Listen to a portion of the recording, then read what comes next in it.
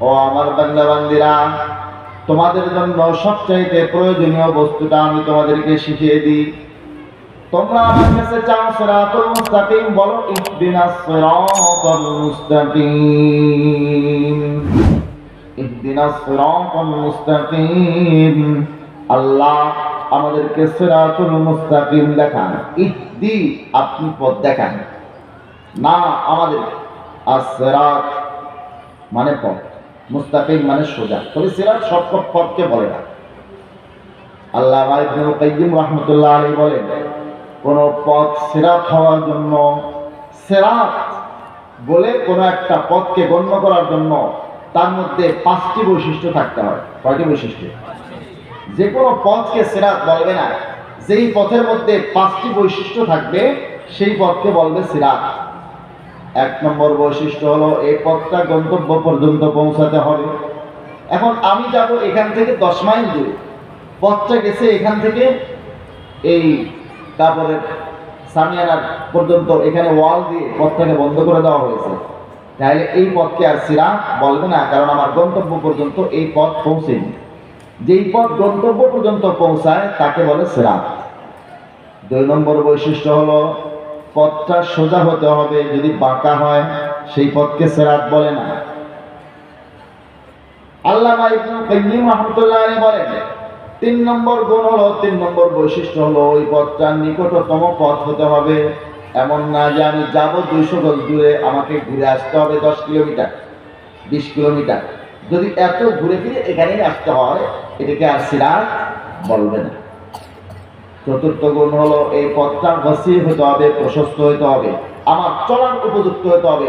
এমন সরু পথ যদি হয়, চিকন পথ, যেই পথের মধ্যে আমি পা রাখতে পারি না, যে পথে আমি চলতে পারি না, মাথা ঢুকাতে পারি না, হাত ঢুকাতে পারি না, এরকম চিকন পথ দিয়ে চলা সম্ভব না, এই পথকে সিরাত বলবে না।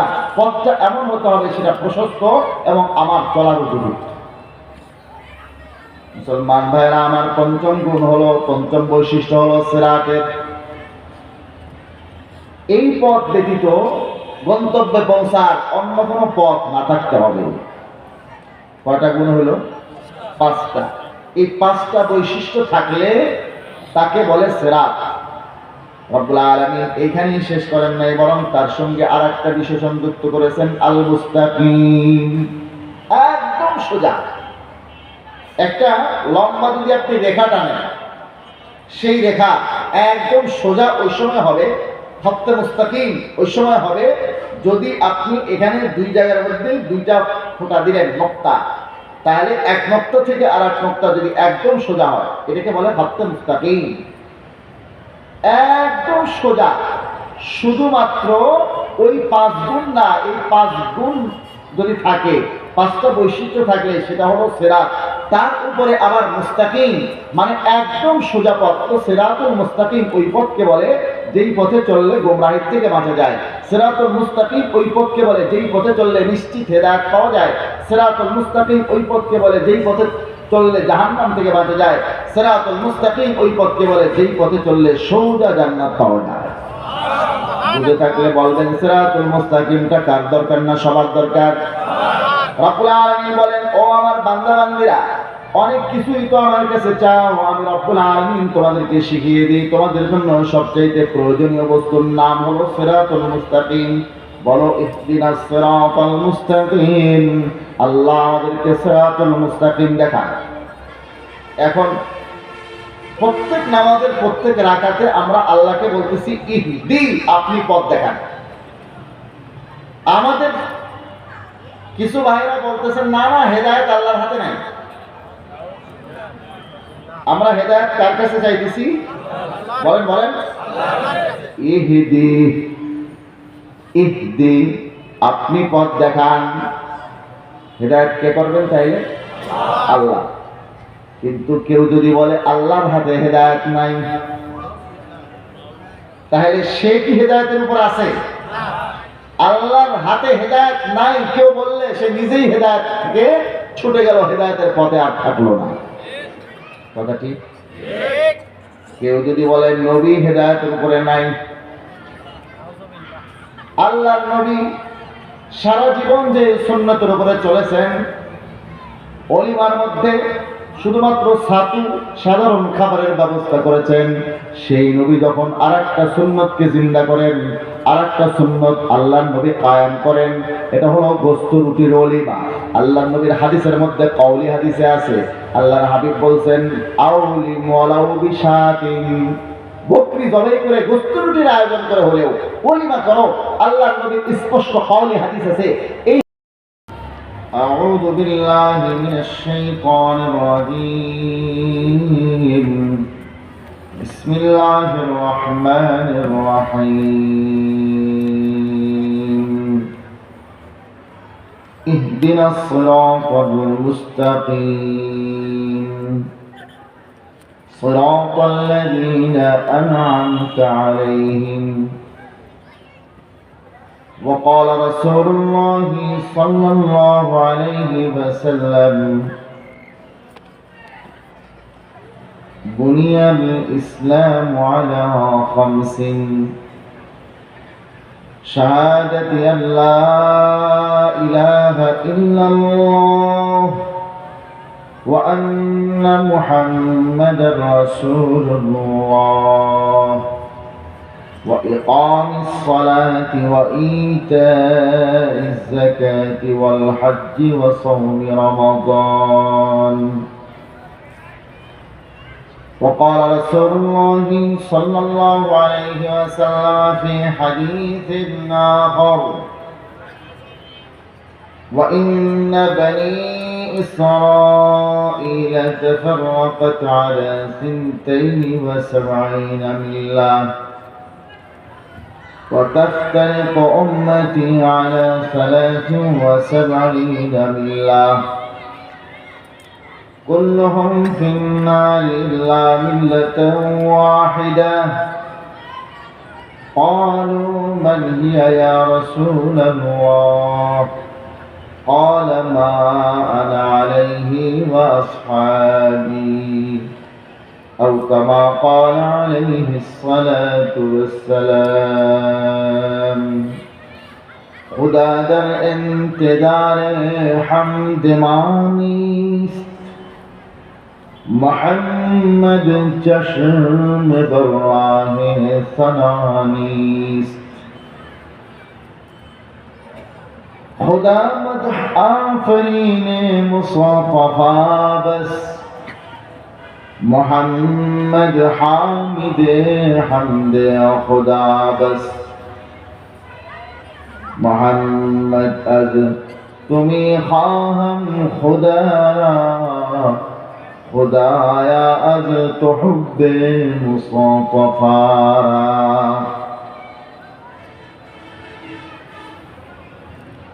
اللهم صل على محمد وعلى آل محمد كما صليت على إبراهيم وعلى آل إبراهيم إنك حميد مجيد.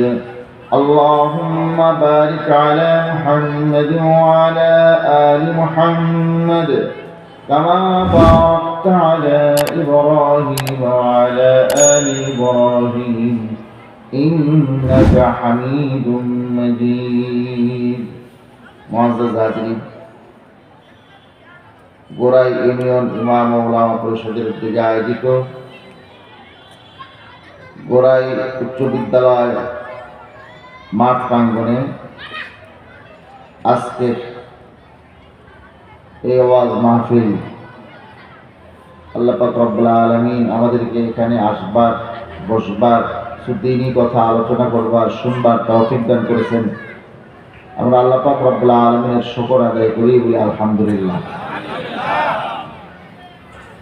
আমাদের সকলের পরিচিত সূরা সূরাতুল ফাতিহা, এই সূরার 5 এবং 6 নম্বর আয়াত আমি আপনাদের সামনে তেলাওয়াত করেছি।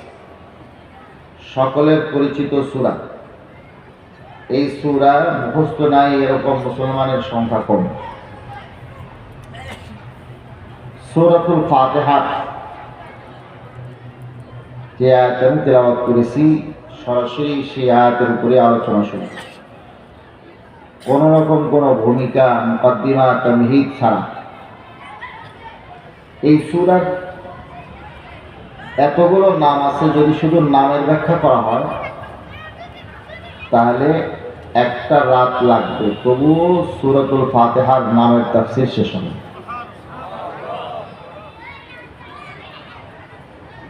কারণ কতগুলো নাম আছে জানেন?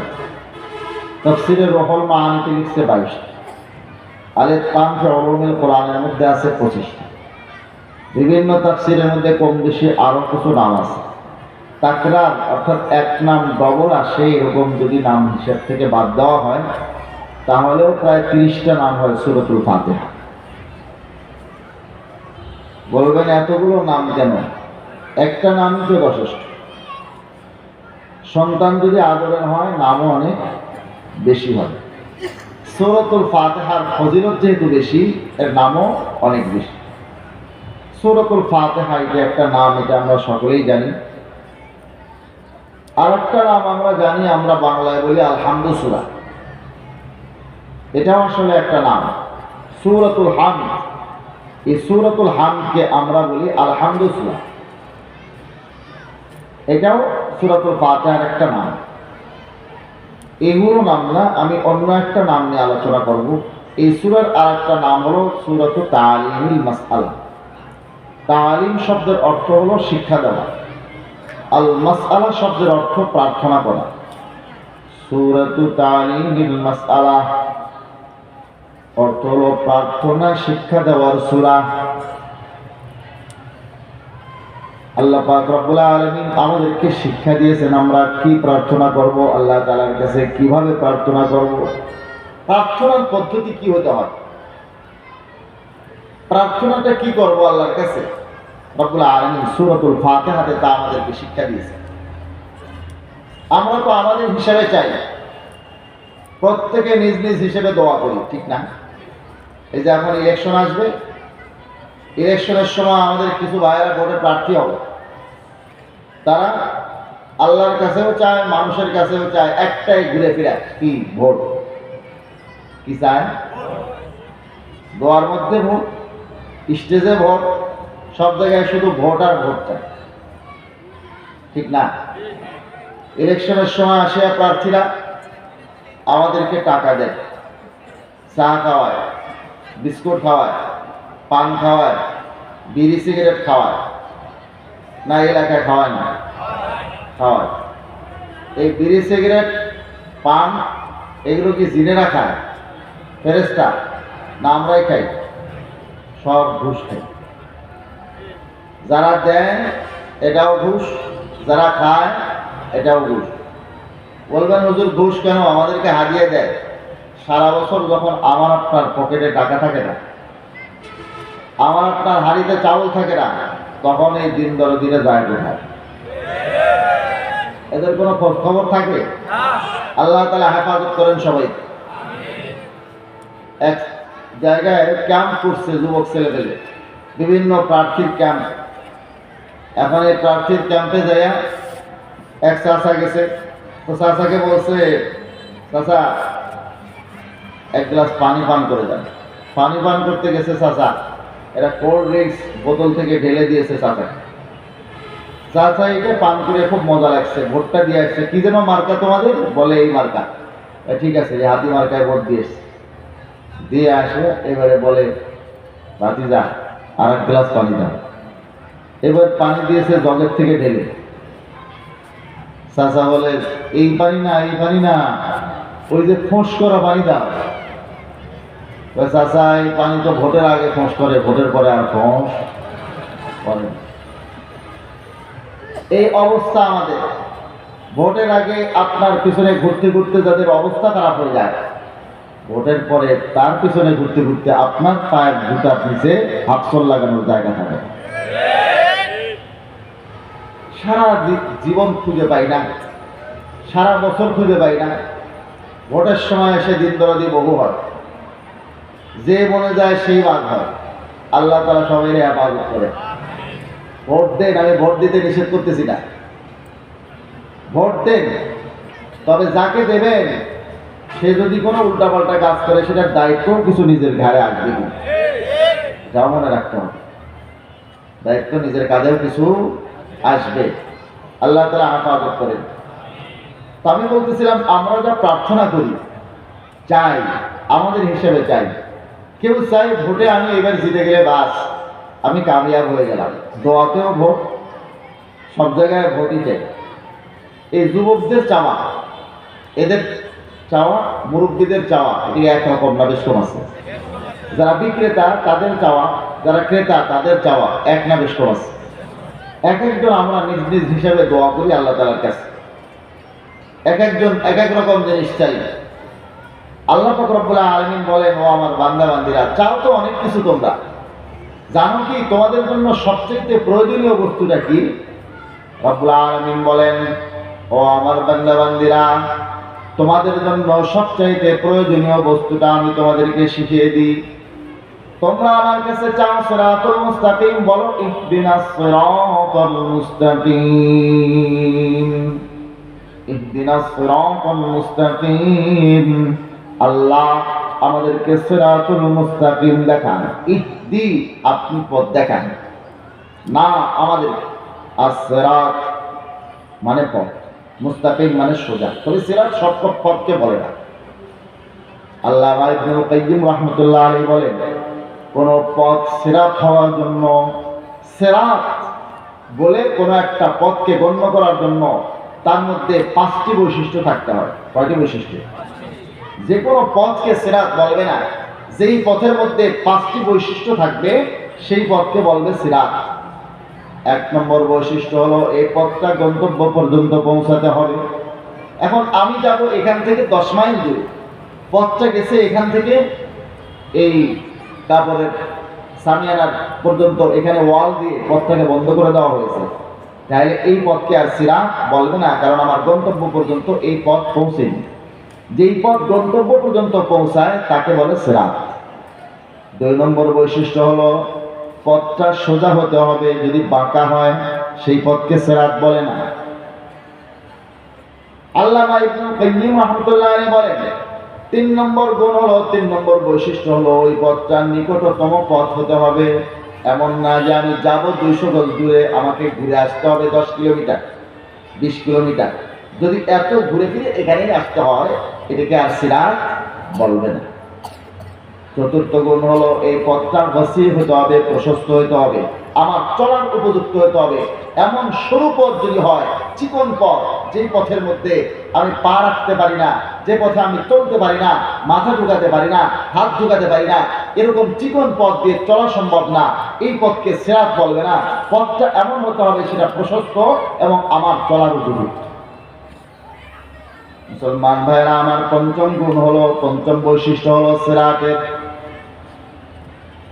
এই পথ ব্যতীত গন্তব্যে পৌঁছার অন্য কোনো পথ না থাকতে হবে। কয়টা গুণ হলো? 5টা।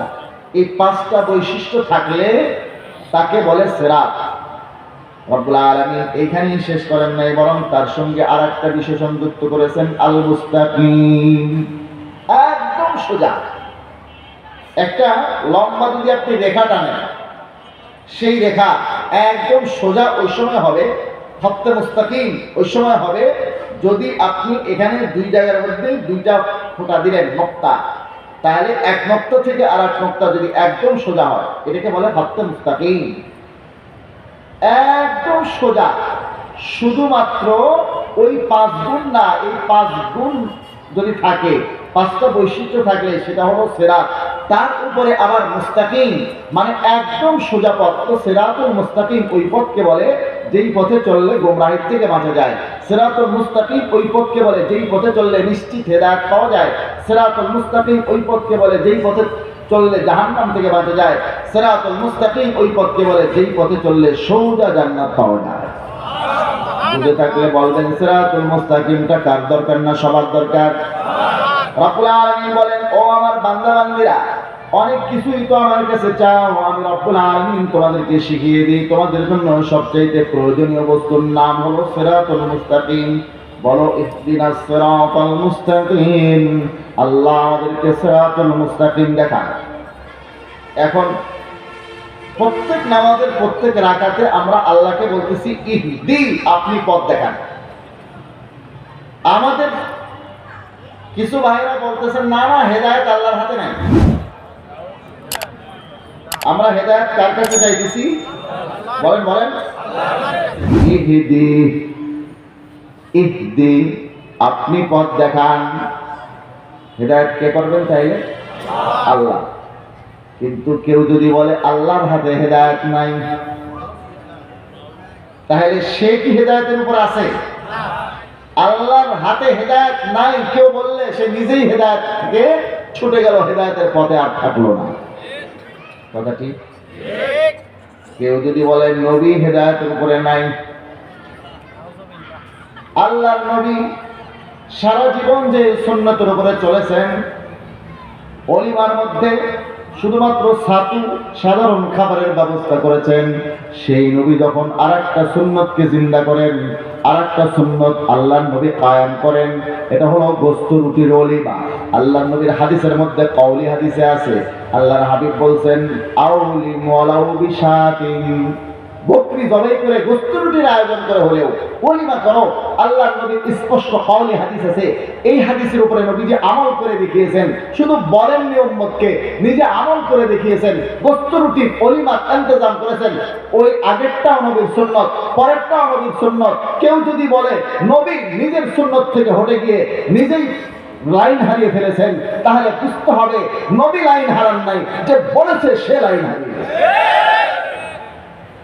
মুসলমান ভাইরা আমার, কেউ যদি বলে কালিমুল্লাহ মুসা, আল্লাহ পাক রব্বুল আলামিনের ডাকে সাড়া দিয়েছেন, তাড়াহুড়া করে গিয়ে নবী মুসা আলাইহিস সালাম ভুল করেছেন।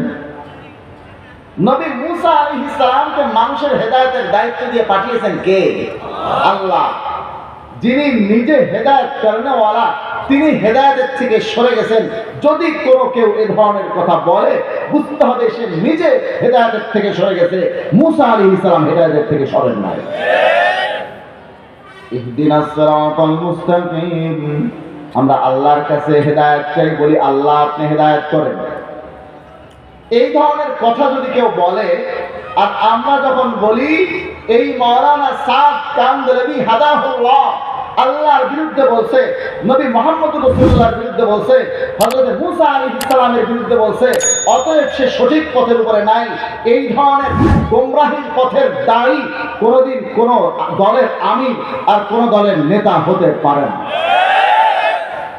তখন আমাদের কিছু ভাইয়ের মনে আঘাত লাগে। আমরা এটা বুঝি, আপনাদের নেতার বিরুদ্ধে বললে আপনাদের হৃদয়ে লাগবে, বঙ্গবন্ধুর বিরুদ্ধে বললে আমাদের দেশে অনেক ভাই আওয়ামী লীগ করেন, তাদের অন্তরে লাগবে। শহীদ প্রেসিডেন্ট জিয়াউর রহমানের বিরুদ্ধে বললে আমাদের দেশের কিছু ভাই শহীদ প্রেসিডেন্ট জিয়াউর রহমানের দল সমর্থন করেন, তাদের অন্তরে লাগবে। এইগুলো আমরা সব বুঝি। আমাদের যে সমস্ত ভাইরা হযরত মাওলানা সাদ কান্দেলভি সাহেবের অনুসরণ করেন, ওনাদের হৃদয়ে লাগে, ওনাদের অন্তরে রক্তক্ষরণ হয়, হৃদয়ে রক্তক্ষরণ হয়, এটা আমরা বুঝি না তা নয়। কিন্তু বুঝতে হবে ভাই আমার, আপনার অন্তরে আপনার হৃদয়ে রক্তক্ষরণ হচ্ছে মাওলানা সাদ কান্দেলভির বিরুদ্ধে বললে, যেহেতু তাকে আপনি ভালোবাসেন, আমাদের অন্তরে এর চেয়ে কোটি কোটি গুণ রক্তক্ষরণ হয় যখন মাওলানা সাদ কান্দেলভি আল্লাহর বিরুদ্ধে বলেন, নবী মুহাম্মদ রাসূলুল্লাহর বিরুদ্ধে বলেন, নবী মুসা আলাইহিস সালামের বিরুদ্ধে বলেন। ভালোবাসা মহাব্বত থাকা ভালো, কোরআন সুন্নাহর বিপরীতে কাউকে ভালোবাসা ঠিক না। দল করা ভালো, দল অন্ধ হওয়া ভালো। আমাদের এই সমস্ত ভাইরা দাওয়াত তাবলীগের মকবুল মেহনতকে কলুষিত করে দিয়েছেন। দাওয়াত তাবলীগের মকবুল মেহনতটা ছিল নবীওয়ালা মেহনত। কথা কি? নবীওয়ালা মেহনতের হাসিল আর খোলাসার সারাংশ কি? মখলুককে মানুষ থেকে দূরে সরাইয়া, মখলুক থেকে দূরে সরাইয়া খালেক আর আল্লাহর সাথে জুড়ে দেওয়া। না না ভাই, মখলুক না। আসল আমরা যদি কারো কথা মানতে হয়, খালেকের কথা মানবো, আল্লাহর আনুগত্য করবো। আতিউল্লাহ আতিউর রাসূল, আতিউল্লাহ আতিউর রাসূল। মুসলমান ভাইরা আমার, সমস্ত নবী রাসূলদের কাজ ছিল মানুষকে মখলুক থেকে দূরে সরাইয়া খালেকের দিকে ডাকা। আর আমাদের কিছু ভাইরা কোরআন সুন্নাহ বিরোধী বক্তব্য দেওয়ার পরেও আল্লাহ রাসূলের ইতাআত বাদ দিয়া মখলুকের ইতাআতের দিকে আহ্বান করে, তখন আর এটা নবীওয়ালা কাজ থাকে না। নবীওয়ালা কাজ হলো মখলুক বাদ দিয়া খালেকের ইতাআতের দিকে ডাকা।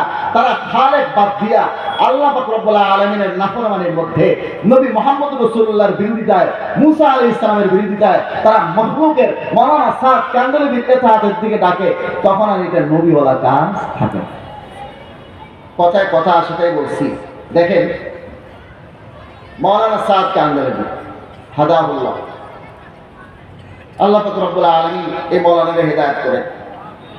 আমাদের অনেক ভাই বলেন তিনি অমুকের বংশের তমুকের বংশের। বংশ সবচেয়ে বড় যদি হয় সেই বংশ হলো নবীর বংশ। কথা ঠিক আছে?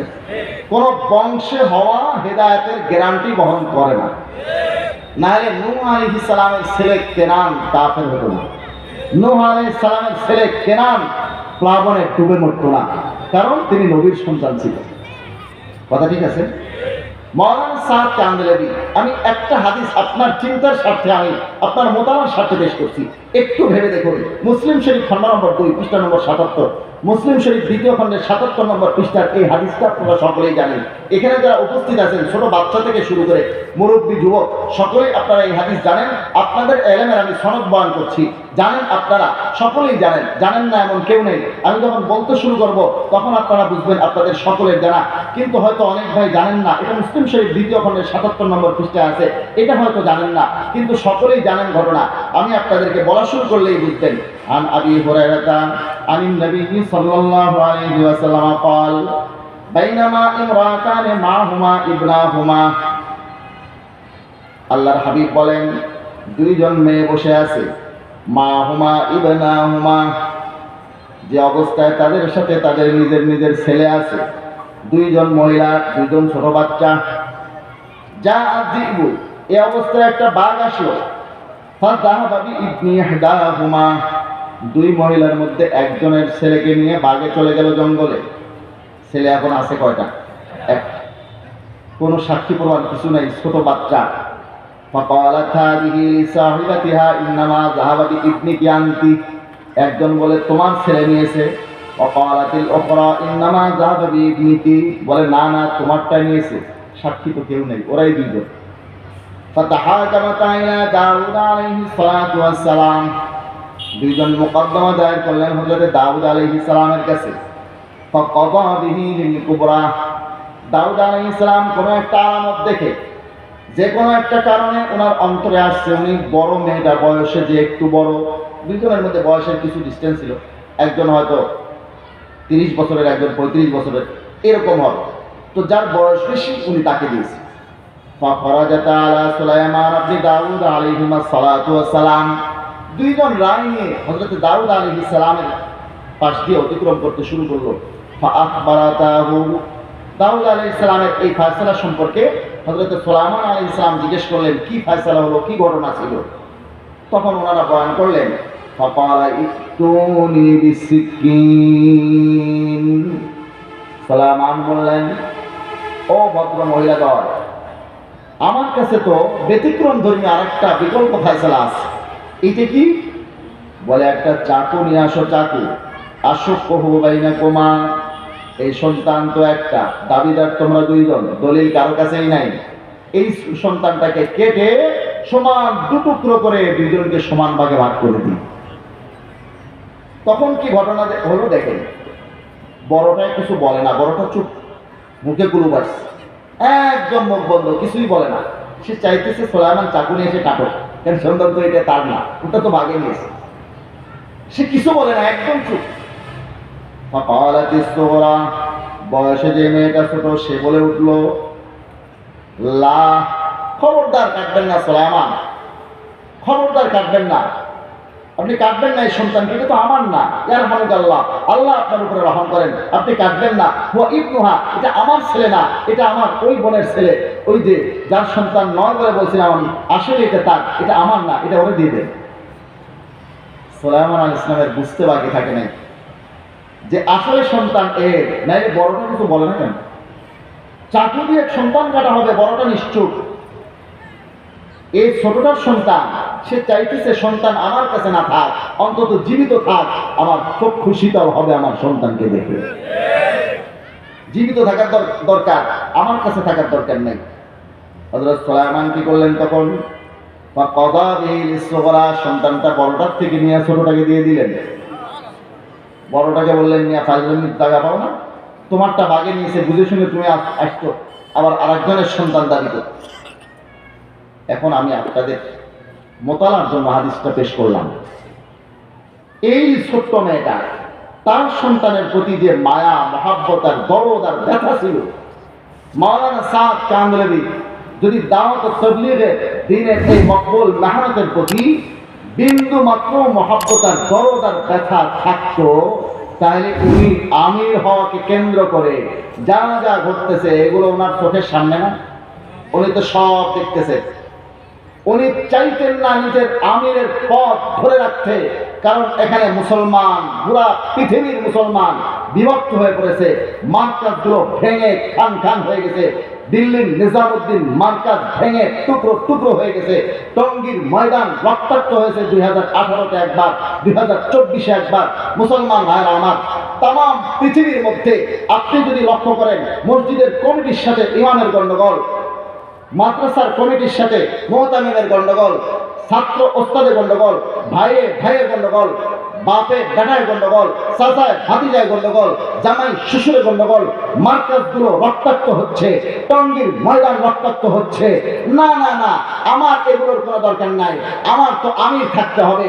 নিজামুদ্দিন ভেঙে টুকরো টুকরো হোক, পুরা আরামের মধ্যে রক্তের হোলি খেলা চলো, মুসলমানদের রক্ত দিয়ে সমস্ত মাঠগুলো, সমস্ত টঙ্গীর ময়দান, তারপরে মার্কাজগুলো রক্তাক্ত হয়ে যাক, রক্তে রঞ্জিত হয়ে যাক সব জায়গা। কোন দরকার নাই, মার্কাজের দরকার নাই, মুসলমানের জীবিত থাকার দরকার নাই।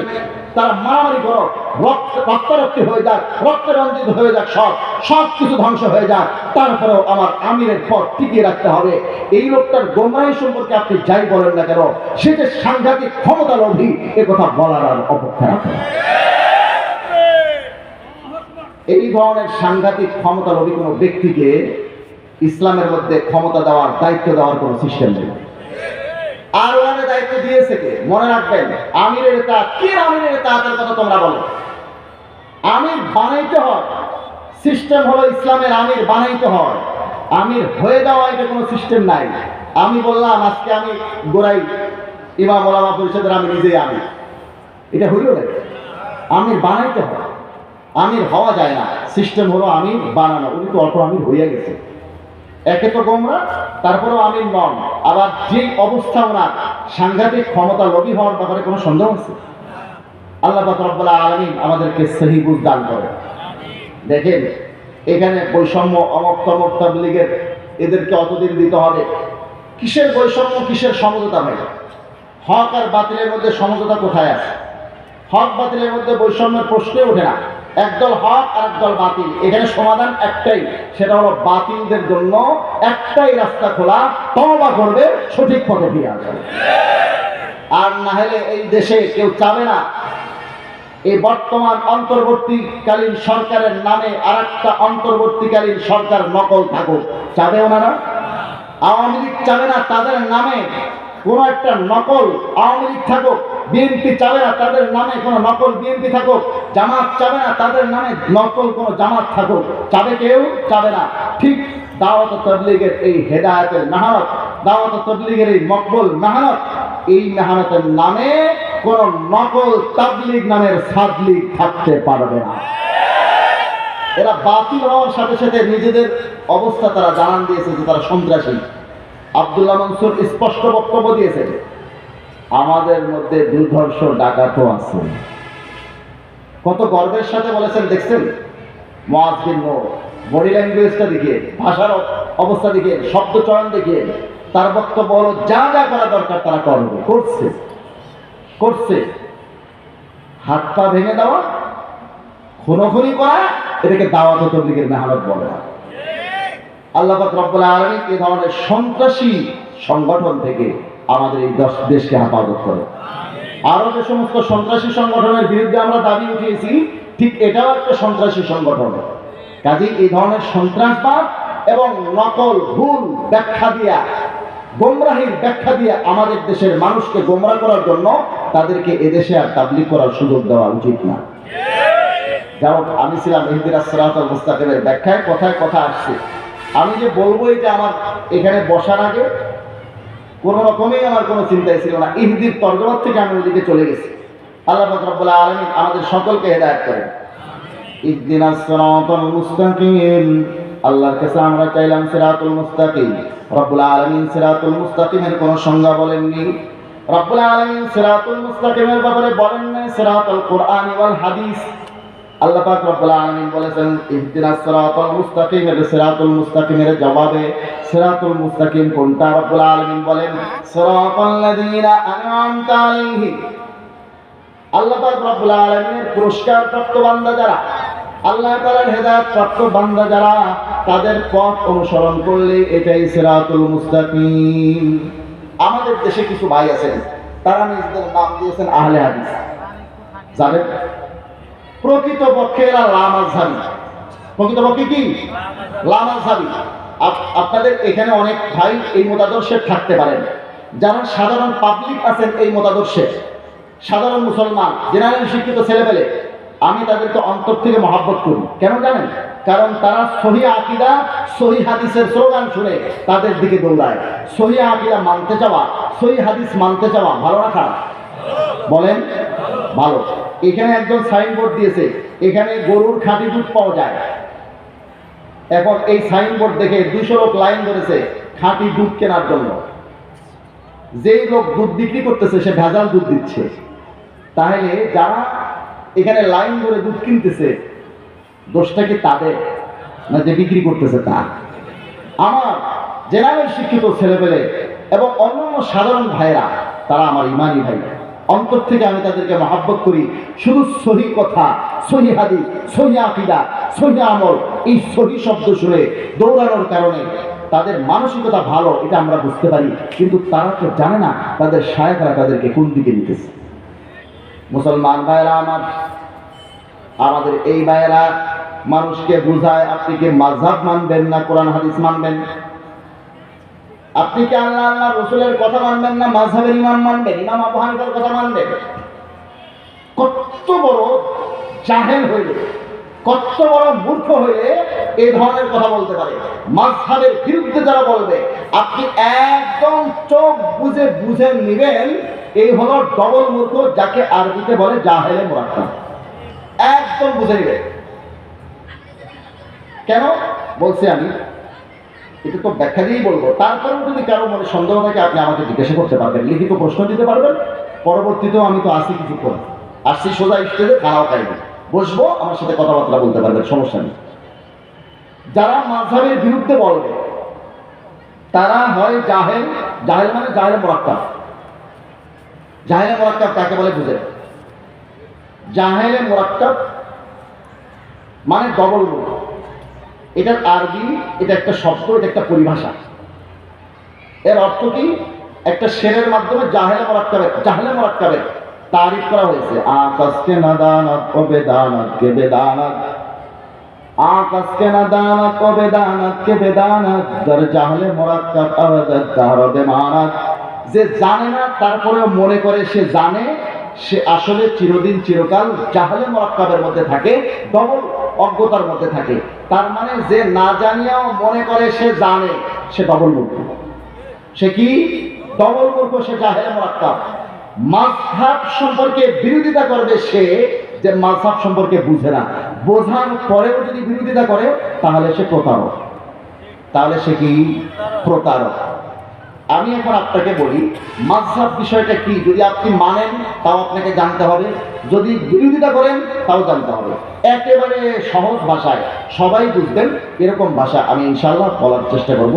আপনারা তো বুঝবেনই, মানে আমি আসলে চেষ্টা করতেছি যাতে করে আপনাদের সামনে খুব সহজে উপস্থাপন করতে পারি। ধরেন আপনাদের এই গোড়াই এলাকায় সবার দৃষ্টিশক্তি ভালো, চোখে দেখেন, দৃষ্টিশক্তিও প্রখর, আসমানে চাঁদ দেখতে পারেন, এখানে সেখানে সবকিছু দেখতে পারেন। আর কিছু ভাই আছে অন্ধ, তারা দুই চোখে কিচ্ছু দেখে না। কিছু ভাই আছে অন্ধ না কিন্তু দৃষ্টিশক্তি দুর্বল, তারা এখান থেকে এই সামিয়ানাতে কি আছে এটার কালার কি ঠিক মতো বলতে পারে না। চোখে চশমা দিয়েছে 600 পাওয়ার 700 পাওয়ার, এরকম কিছু লোক থাকতে পারে না, পারে না। এখন আমরা কি করেছি, গোড়াই এলাকার সমস্ত বাসিন্দারা রমজান মাসে রোজা রাখতে শুরু করেছি। আল্লাহর হাবিব বলেছেন সুমু লিরুয়াতিহি ওয়া আফতিরু লিরুয়াতিহি। বুখারী মুসলিমের হাদিসে আসছে আল্লাহর হাবিব বলেন তোমরা চাঁদ দেখে আর রোজা শুরু করো, চাঁদ দেখে আর রোজা ছাড়ো, ঈদুল ফিতর করো। এখন আমরা রমজান মাসের চাঁদ দেখে রোজা শুরু করছি। 29শে রমজান এলাকার সব মুসলমানরা চাঁদ দেখে দেখছে। কতই রমজান চাঁদ দেখছে? 29শে রমজান চাঁদ দেখেছে। এই 29শে রমজান সকলেই চাঁদ দেখার পরে পরবর্তী দিন কি 30শে রমজান হবে না ঈদের দিন হবে? বলে কম, ঈদের দিন হবে। কথা ঠিক। আমাদের এই এলাকাতে 2-4 জন লোক অন্ধ আছে এবং কিছু লোকের দৃষ্টিশক্তি দুর্বল, তারা চাঁদ দেখে না। এরা পরের দিন 30 রমজান মনে করে রোজা করবে। হ্যাঁ, মাথা ঝুঁকায়। তারা কি পরের দিন 30 রমজান মনে করে রোজা করবে না ঈদ করবে? ঈদ করবে। কেন? ইদা লাম তারাল হিলালা ফাসাল্লিম লিউনাসিন রাআহু বিল আবসারি। তুমি যদি নিজে চোখে চাঁদ না দেখো, যারা দেখছে তাদের উপরে নির্ভর করে তুমি ঈদ করো। এখন এরা তো ঈদ করছে, যারা চোখে দেখছে তাদের উপরে নির্ভর করে। এক শায়েখ আসছেন, বলে তোমরা চাঁদ দেখেছো? বলে না। বলে আল্লাহ রাসূল তো বলছেন ওয়াফতিরু লিরুয়াতিহি, নিজে চাঁদ দেখিয়া তোমরা রোজা ছাড়বা। ঈদুল ফিতর করতে গেলে নিজে চাঁদ দেখিয়া ঈদ করতে হয়, চাঁদ দেখিয়া রোজা করতে হয়, চাঁদ দেখিয়া রোজা ছাড়তে হয়। তোমরা যেহেতু চাঁদ দেখিয়া রোজা ছাড়ো নাই, কিছু লোকের কথার উপরে নির্ভর করে, যারা দেখছে তাদের উপরে নির্ভর করে রোজা ছাড়ছো, এজন্য তোমরা মুশরিক হয়ে গেছো। কোন শায়েখ যদি এই ধরনের কথা বলে, অনতি বিলম্বে তাকে মস্তিষ্কের চিকিৎসার জন্য পাবনা মেন্টালে পাঠানো উচিত। কথা ঠিক। কারণ এরা তো ইচ্ছে করলেও 10 বছরও যদি অপেক্ষা করে চাঁদ নিজে চোখে দেখতে পারবে না। 10 বছর 20 বছর চাঁদ দেখবে না, তো তারা রোজা করবে কেমনে, ছাড়বে কেমনে? এদের রাস্তা কি? এদের রোজা করার রাস্তা, রোজা ছাড়ার রাস্তা যারা চোখে দেখে তাদের দেখার উপরে নির্ভর করা। কথা ঠিক আছে ভাই? এখন আসেন, প্রত্যেকটা মুসলমানের দায়িত্ব কোরআন সুন্নাহ পালন করা। আল্লাহর হাবিব বলেন মিশকাত শরীফ খণ্ড নম্বর 1 পৃষ্ঠা নম্বর 31 হাদিস নম্বর 186, আল্লাহর হাবিব সাল্লাল্লাহু আলাইহি ওয়াসাল্লাম ইরশাদ করেন, এই হাদিসের অর্থ আপনারা জানেন, শুধু শব্দ হয়তো জানেন না। আল্লাহর হাবিব বলেন তারাকতু ফীকুম আমরাইন, ও আমার উম্মতিরা আমি দুটি জিনিস তোমাদের মাঝে রেখে গেলাম। লা তাদিল্লু মা তামাসসাকতুম বিহিমা, এই দুটি জিনিস যতদিন আঁকড়ে ধরবে কখনো পথভ্রষ্ট হবে না। কিতাবাল্লাহি ওয়া সুন্নাত রাসূলিহি, 1 নম্বর আল্লাহর কিতাব, 2 নম্বর রাসূলের সুন্নাহ। রাসূলের কোরআন সুন্নাহ আমাদের প্রত্যেকটা মুসলমানের মানতে হবে। কথা ঠিক। এখন আমরা কেউ কেউ আছি তারা কোরআন সুন্নাহ থেকে আমাদের সকল সমাধান বের করতে পারি, আর অনেক মুসলমান আছে যারা কোরআন সুন্নাহ থেকে তাদের সমাধান বের করার যোগ্যতা রাখে না। ওযুর ফরজ কয়টা? এটা যদি কোরআন শরীফটা হাতে দিয়ে আপনি 10 বছরও রেখে দেন, সে কোরআন শরীফ থেকে ওযুর ফরজ বের করতে পারবে না। নামাজের ফরজ বের করতে পারবে না, নামাজ ভঙ্গের কারণ বের করতে পারবে না।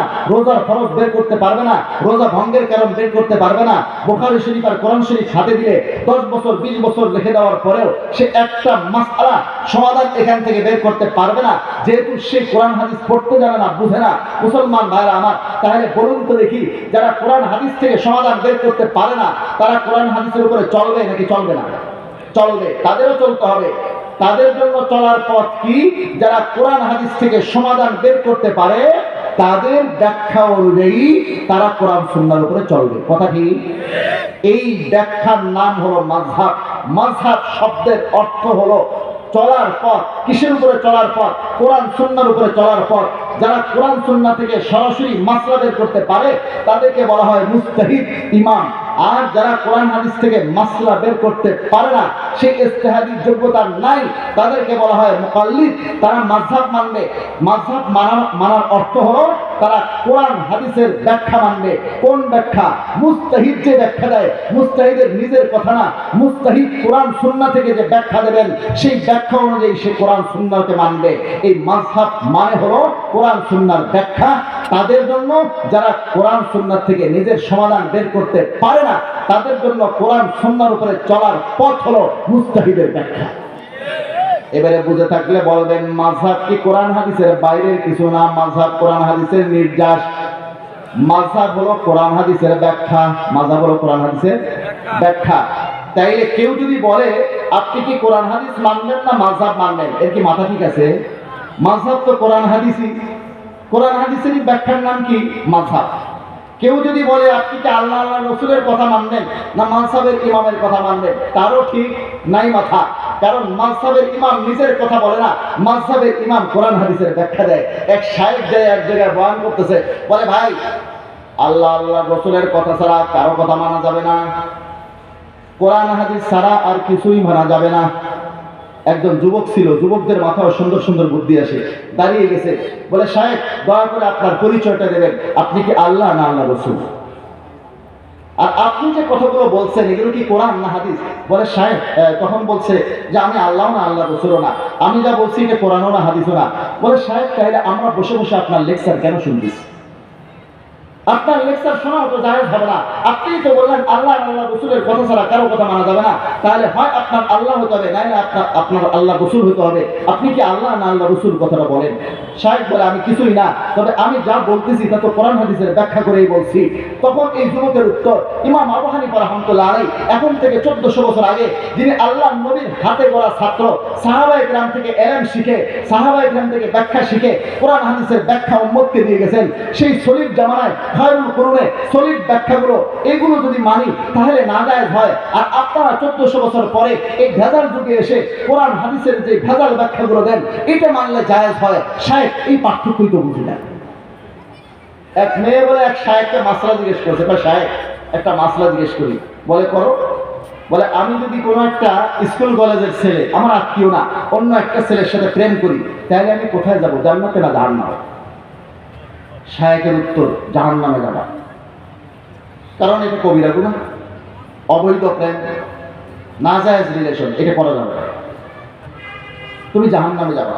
বলে শায়েখ আমি যদি কোনো আমার আত্মীয় স্বজনদের মধ্যে আমার খালাতো ভাই, মামাতো ভাই, ফুফাতো ভাই, চাচাতো ভাই এরকম কোনো আত্মীয় ছেলের সাথে প্রেম করি, তাইলে আমি কোথায় যাব? বলে জাহান্নামে। বলে শায়েখ যদি আপনার সাথে প্রেম করি, আপনার সাথে প্রেম করলে আমার গন্তব্য কোথায় হবে? খুব চালাক মেয়ে দেখা যায়, জান্নাতে যাওয়ার ইচ্ছা আছে মনে হচ্ছে। খুব চালাক মেয়ে, জান্নাতে যাওয়ার ইচ্ছা আছে মনে হচ্ছে। শায়েখের সাথে প্রেম করলে সমস্যা নেই। আমি বলি ভাই এই শায়েখকে জিজ্ঞাসা করেন, আমি তো কোরআন হাদিস থেকে আমার সমাধান বের করতে পারি না, শায়েখ আমি তো মুস্তাহিদ না, তাইলে আমি কি করব? তখন শায়েখ আপনাকে বাংলা বুখারী শরীফ দিয়ে দিবে, বাংলা বুখারী শরীফ দিয়ে বলবে এই দেখো বাংলা বুখারী শরীফ, বাংলা মুসলিম শরীফ দেবে, এই দেখো বাংলা মুসলিম শরীফ, এই বাংলা বুখারী শরীফ, বাংলা মুসলিম শরীফ, এগুলো ফলো করবা, তাহলে তুমি কোরআন হাদিসের উপরে চললা। যাই হোক কোরআনের কথা তো তারা বলেও না মুখে, এই শুধু বাংলা বুখারী, বাংলা মুসলিম। আমি জিজ্ঞাসা করি এই বাংলা বুখারী, বাংলা মুসলিম থেকে আল্লাহ তাআলা শানুহুর লেখা, এটা কি আল্লাহ রাসূলের অনুবাদ? এটা কি হযরত জিবরিল আমিনের অনুবাদ? এটা কি হযরত আবু বকর সিদ্দিকের অনুবাদ? লামাল সাহেব শায়েখদের ব্যাখ্যা? এখানে যা ব্যাখ্যা আছে আমাদের লামাল সাহেব শায়েখদের, লামাল সাহেব শায়েখরা যে সমস্ত ব্যাখ্যা দিয়েছেন, 2 ডজন শায়েখের নাম শুরুতে লেখা আছে। এই 2 ডজন শায়েখের ব্যাখ্যা বন্ধুরা আমার, ইমাম আবু হানিফা রাহমাতুল্লাহ আলাইহির সুসংবাদ তো বুখারী শরীফের হাদিসে ছিল, কোরআনের মধ্যে তার সুসংবাদ ছিল। তিনি তো সাহাবায়ে কেরামের ইলমের দ্বারা লালিত পালিত হয়েছেন, সাহাবায়ে কেরাম থেকে কোরআন হাদিসের ব্যাখ্যা শিখেছেন। যারা শিখেছেন সরাসরি আল্লাহর নবী থেকে, সেই শরীর ব্যাখ্যা মানার তোমার সুযোগ হলো না, সেই সাআদত আর সৌভাগ্য আর তৌফিক তোমার হলো না। তুমি দেখো এই ভেজাল যুগে লামাল সাহেব শায়েখদের ব্যাখ্যা মানতে, মাযহাব তো তোমরাও মানতেছো, আমরাও মানতেছি। আমাদের সৌভাগ্য আমরা ইমাম আযম আবু হানিফা রাহমাতুল্লাহ আলাইহির মতো একজন ব্যাখ্যাকার পেয়েছি, যিনি সেই সলিড জামানার মধ্যে সলিড ব্যাখ্যা দিয়ে গেছেন। আর তোমাদের দুর্ভাগ্য হলো যে ওনার ব্যাখ্যা না মেনে তোমরা এমন কিছু লোকের ব্যাখ্যা মানতেছো যারা কোরআন হাদিস থেকে ব্যাখ্যা দেওয়ার ইজতিহাদি যোগ্যতা নিজেরাই রাখে না।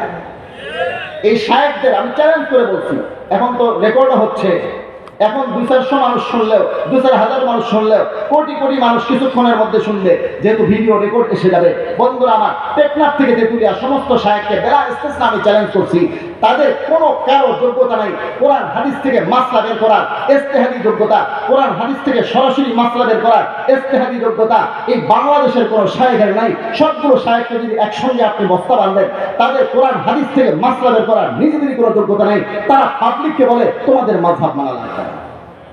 বন্ধুরা আমার, এখন আপনি বলবেন এত বড় কথা, শায়েখদের মাযহাব মানার যোগ্যতা নেই। চলুন আমি শায়েখদের থেকে আরেক ধাপ ঊর্ধ্বে উঠি। বর্তমান বিশ্বে সৌদি আরবকে আমরা সকলেই মনে করি সৌদি আরবে যেটা হয় এটা সঠিক। মনে রাখবেন, ফিতনার জামানা, আর ফিতনার এটাও একটা ব্যাখ্যা, যেটা শরীয়তের দলিল নয় সেটাকে শরীয়তের দলিল মনে করা। আমি আপনাকে বলি, কোরআন হাদিসের মধ্যে কোথাও কি আছে ইত্তাবিউল মামলাকাতাল আরাবিয়াত সাউদিয়া, তোমরা সৌদি রাষ্ট্রকে ফলো করিও? আছে কোথাও? কোথাও নাই, কোরআনেও নাই, হাদিসেও নাই। আপনাদের অবগতির জন্য বলছি, এই যে বুখারী শরীফ, মুসলিম শরীফ হাদিসের কিতাব আছে, প্রসিদ্ধ হাদিসের কিতাব 6টা, বুখারী শরীফ, মুসলিম শরীফ, নাসাই শরীফ, আবু দাউদ শরীফ, তিরমিজি শরীফ, ইবনে মাজাহ শরীফ, এই 6 কিতাবের মধ্যে কোন কিতাবের লেখকের বাড়ি সৌদি আরব কেউ বলতে পারবেন? একটা কিতাবের লেখকের বাড়িও সৌদি আরব না। পুরা সৌদি আরবিয়ার ইমাম, মাশায়েখ, পাবলিক সকলেই কিতাব ফলো করে। আজামের সৌদি বাইরের লেখকদের কিতাব সৌদিতে ফলো করে। আমরা ব্যস্ত আছি সৌদি নিয়ে, সৌদিতে যা করবে সেটাই সঠিক, সৌদি বাইরে যা করবে সব ভুল। ভাইয়েরা আমার, ব্যাপারটা এরকম না। আপনি বুখারী শরীফের লেখকের বাড়ি দেখবেন সৌদির বাইরে, মুসলিম শরীফের লেখকের বাড়ি সৌদির বাইরে, নাসাই শরীফ, আবু দাউদ শরীফ, তিরমিজি শরীফ, ইবনে মাজাহ শরীফ, 6 কিতাবের একটা লেখকের বাড়ি যদি সৌদি আরব হতো তাও তো বলা যেত। এরপরেও আমাদের দেশের মানুষ যেহেতু সৌদি বলে, সৌদির শায়েখের ফতোয়া থেকে আমি দেখাই, সৌদির প্রসিদ্ধ শায়েখ আছেন মুহাম্মদ বিন সালেহ আল উসাইমিন। মুহাম্মদ বিন সালেহ আল উসাইমিনের কিতাব আমার হাতে আছে। মুহাম্মদ বিন সালেহ আল উসাইমিন ইন্তেকাল করেছেন। বর্তমান সৌদির মধ্যে সবচেয়ে বড় আলেম ধরা হয় শেখ আব্দুর রহমান আস-সুদাইসকে, যিনি হারামাইন শরীফাইনের চেয়ারম্যান, রইসুল হারামাইন শরীফাইন। শেখ আব্দুর রহমান আস-সুদাইস তিনি হারামাইন শরীফাইনের চেয়ারম্যান, মসজিদে হারামেরও ইমাম, মসজিদে নববীরও ইমাম। শেখ আব্দুর রহমান আস-সুদাইসের জীবনী, এখন তো স্মার্টফোনের যুগ, আপনি স্মার্টফোনটা বের করেন, এখানে সার্চ দেন শেখ আব্দুর রহমান আস-সুদাইস লিখে, আরবিতে, উর্দুতে, ফার্সিতে, হিন্দিতে, বাংলাতে, ইংলিশে, আপনি যে ভাষা জানেন সার্চ দেন, একদম স্পষ্ট অক্ষরে ভেসে উঠবে উনি হাম্বলি মাযহাব মানেন। কোন মাযহাব মানেন? হাম্বলি মাযহাব। কি বুঝলেন? কোরআন হাদিস থেকে সরাসরি মাসলা বের করার ইজতিহাদি যোগ্যতা সৌদির সবচেয়ে বড় আলেম ডক্টর আব্দুর রহমান আস-সুদাইসেরও নাই, যার কারণে তিনি মাযহাব মানেন। এখন আমি যেটা দেখাবো, আল উসুল মিন ইলমিল উসুল, এই কিতাবটা সৌদির প্রসিদ্ধ আলেম মুহাম্মদ বিন সালেহ আল উসাইমিনের লেখা। এই কিতাবের আপনি 27 নম্বর পৃষ্ঠায় যান, এখানে তিনি আত-তাকলিদ সম্পর্কে, মাযহাব সম্পর্কে আলোচনা করতে গিয়ে লেখেন, ইয়াকুন আত-তাকলিদু ফি মাওযিআইনি, 2 স্তরে তাকলিদ হয়। আল আউয়ালা ইয়াকুন আল মুকাল্লিদু আমিয়ান, মাযহাব মানার প্রথম স্তর হলো যিনি মাযহাব মানবেন তিনি যদি সাধারণ ব্যক্তি হন, আমি ব্যক্তি হন। আমি আর সাধারণ কাকে বলে? বন্ধুরা আমার, তিনি কিছু অস্পষ্ট রাখেন নাই, একদম স্পষ্ট সংজ্ঞা বলে দিয়েছেন। যারা জেনারেল শিক্ষিত তারা না, যারা অশিক্ষিত তারা না, যারা মাওলানা হতে পারে নাই, মাদ্রাসার লাইনে অল্প কিছু করেছে তারা না। অশিক্ষিত আর আমি বলতে তিনি বুঝাচ্ছেন কাকে? লা ইস্তাতিউ মারিফাতাল হুকমি বিনাফসিহি, যারা কোরআন হাদিস থেকে সরাসরি মাসলা বের করার, সমাধান বের করার ইজতিহাদি যোগ্যতা রাখে না। শায়েখ বলেন ফাফরযুহুত তাকলিদ, তার জন্য ফরজ হলো মাযহাব মানা, তার জন্য ফরজ হলো। এটা আমার কথা না, শায়েখের কথা। শেখ আব্দুর, সেখানে লেখকটাকে, লেখক হচ্ছেন যে ফদিলাতুল শেখ আল্লামা মুহাম্মদ বিন সালেহ আল উসাইমিন, যাকে সৌদির শায়েখরাও মানে, আমাদের লামাজহাবি শায়েখরাও মানে। তিনি বলেছেন তার জন্য ফরজ হলো মাযহাব মানা। কোরআনের আয়াত থেকে দলিল দিয়েছেন, ফাসআলু আহলাদ যিকরি ইন কুনতুম লা তা'লামুন, যদি তোমরা না জানো, যারা জানে তাদেরকে জিজ্ঞাসা করে আমল করো। কোরআন হাদিস থেকে যদি সমাধান বের করার ইজতিহাদি যোগ্যতা না রাখো, তাই কোরআন হাদিসের উপরে চলার মতো তোমাদের জন্য পথ হলো মুস্তাহিদ ইমামের ব্যাখ্যা। এই মুস্তাহিদ ইমামের ব্যাখ্যা অনুযায়ী কোরআন সুন্নাহ মানতে হবে। আরো স্পষ্ট কথা আছে, আমি আরেকটা কিতাব আপনাকে দেখাই। এই যে একটা কিতাব দেখতেছেন আমার কাছে, এই কিতাবটা হলো মজমু ফাতাওয়া ও রাসাইল ফদিলাতি শেখ মুহাম্মদ বিন সালেহ আল উসাইমিন। এই মজমু ফাতাওয়া শেখ মুহাম্মদ বিন সালেহ আল উসাইমিনের, এটা হলো 26 খণ্ড। কত নম্বর খণ্ড এটা? 26 নম্বর খণ্ড।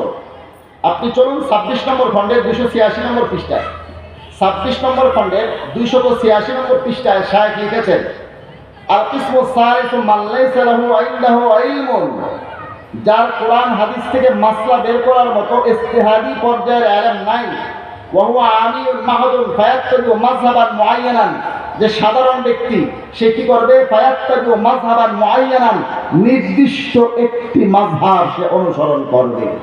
কে বলেছেন? সৌদি বড় শায়েখ মুহাম্মদ বিন সালেহ আল উসাইমিন।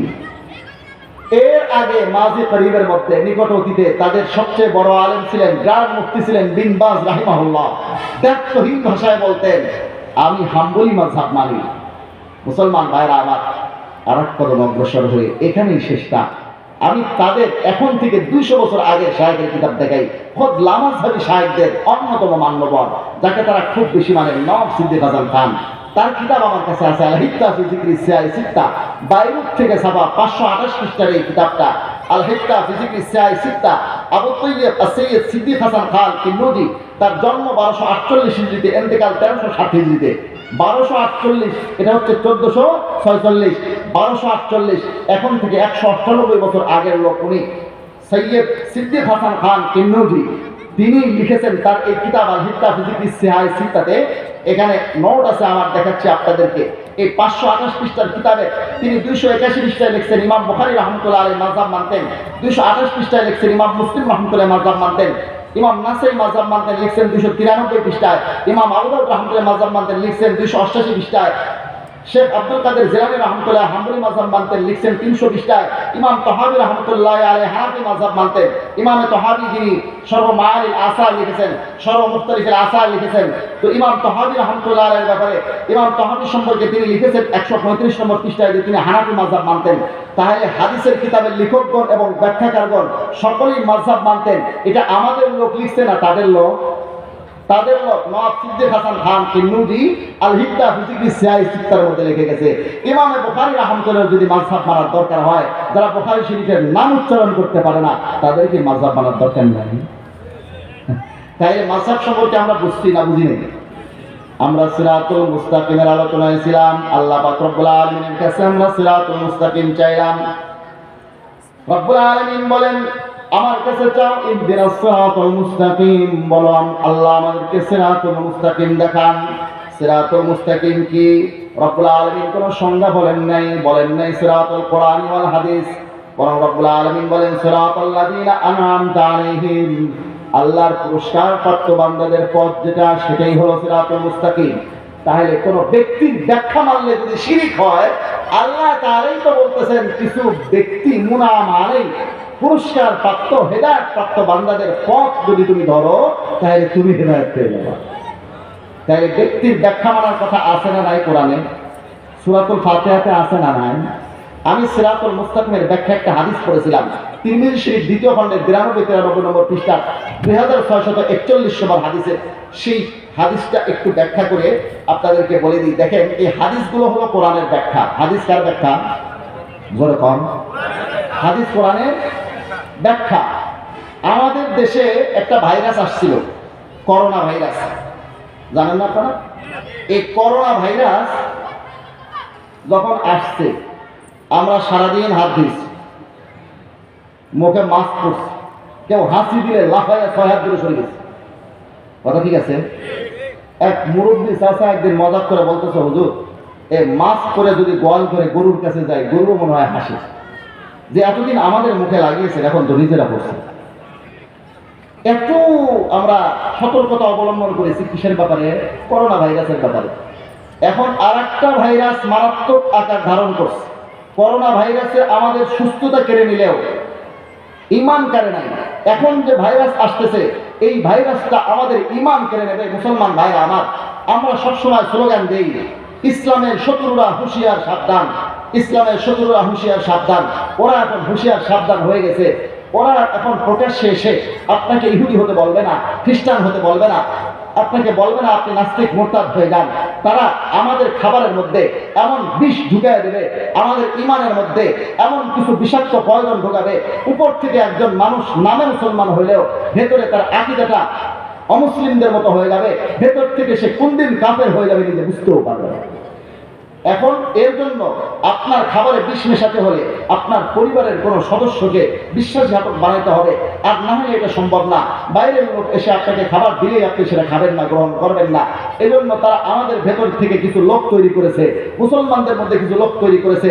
তাদের মধ্যে একটা বাহিনী এখন তৈরি হয়েছে, তারা নিজেদের নাম দিয়েছে নব্য আহলে কোরআন। এই নব্য আহলে কোরআন নাম দিয়া তারা হাদিস অস্বীকার করার একটা পায়তারা করতেছে, হাদিস অস্বীকার করার একটা স্লোগান দাঁড় করেছে। তারা হাদিস কোরআন মানার নামে কোরআন মানার স্লোগান দিয়া বলে আসুন আমরা কোরআন মেনে চলি। ভেতরের কথা হলো তারা হাদিস অস্বীকার করবে। মুসলমান ভাইরা আমার, আমি আপনাদেরকে দেখেন হাতে হাতে দেখাচ্ছি। এই যে একটা কোরআন আমার হাতে দেখতেছেন, এই কোরআনটা শুরুতেই যদি আপনি খুলেন দেখবেন এখানে ফেরাউনের ছবি। তার ছবি ফেরাউনের ছবি, ফেরাউনের ছবি সংবলিত কোরআন। যে কোরআন ফেরাউনের ছবি দিয়ে শুরু হয়েছে, দেখতেছেন ফেরাউনের ছবি দেখা যায়, ফেরাউনের ছবি, ফেরাউনের ছবি দিয়ে কোরআন বের করেছে আল কোরআন, কোরআন রিসার্চ ফাউন্ডেশনের পক্ষ থেকে ডাক্তার মতিয়ার রহমান এবং তার সাথে আরো কিছু লোক।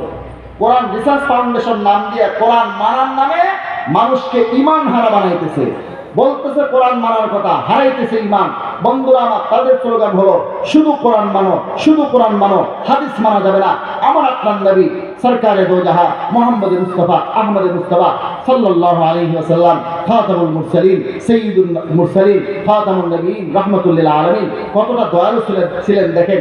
তিরমিজি শরীফ দ্বিতীয় খণ্ডের 95 নম্বর পৃষ্ঠা 2664 নম্বর হাদিসে আল্লাহর নবী সাল্লাল্লাহু আলাইহি ওয়াসাল্লাম এই কথাটা বলে গেছেন যে এই ধরনের একটা ভাইরাস আসবে, এই ধরনের কিছু লোক আসবে, তাদের কথা তোমরা শুনবা না। আল্লাহর নবী প্রসিদ্ধ সাহাবী মিকদাম বিন মাআদি কারীম রাদিয়াল্লাহু তাআলা আনহু থেকে বর্ণিত হাদিস। আর এই মিকদাম বিন মাআদি কারীম রাদিয়াল্লাহু আনহু قال قال رسول الله صلى الله عليه وسلم আলা, আল্লাহর হাবিব বলেন সতর্ক থাকো, আলা হাল আসা রাজুলুন ইয়াবলুগুল হাদিস আননি, ভবিষ্যতে এমন কিছু লোক আসবে তাদের কাছে আমার হাদিস পৌঁছবে। ওয়া মুত্তাকিউন আলা আরিকাতিহি, যে অবস্থায় তারা সুসজ্জিত আসনে হেলান দিয়ে বসে থাকবে, টেক লাগিয়ে বসে থাকবে। ফায়াকুল, তাদের বক্তব্য হবে বাইনানা ওয়া বাইনাকুম কিতাবুল্লাহ, আপনাদের মাঝে আর আমাদের মাঝে রয়েছে আল্লাহর কিতাব কোরআন। কোরআন আছে, ফামা ওয়াজাদনা ফিহি হালালান ইস্তাহালাল্লাহু, কোরআনের মধ্যে যে বস্তুগুলোকে হালাল পাই সেগুলোকেই শুধু হালাল মনে করব। ওয়ামা ওয়াজাদনা ফিহি হারামান হারামনাহু, কোরআনের মধ্যে যে বস্তুগুলোকে হারাম পাই সেগুলোকেই শুধু হারাম মনে করব, হাদিস মানব না। কি বলবে হাদিস? আল্লাহর হাবিব বলেন না না না, এদের কথা ঠিক না। ওয়া ইন্নামা হারামা রাসূলুল্লাহি কামা হারামাল্লাহ, আল্লাহ রাসূল যেগুলোকে হারাম করেছেন সেগুলোকে ওরকম মানতে হবে যেমন আল্লাহর হারামকৃত বস্তু মানতে হয়।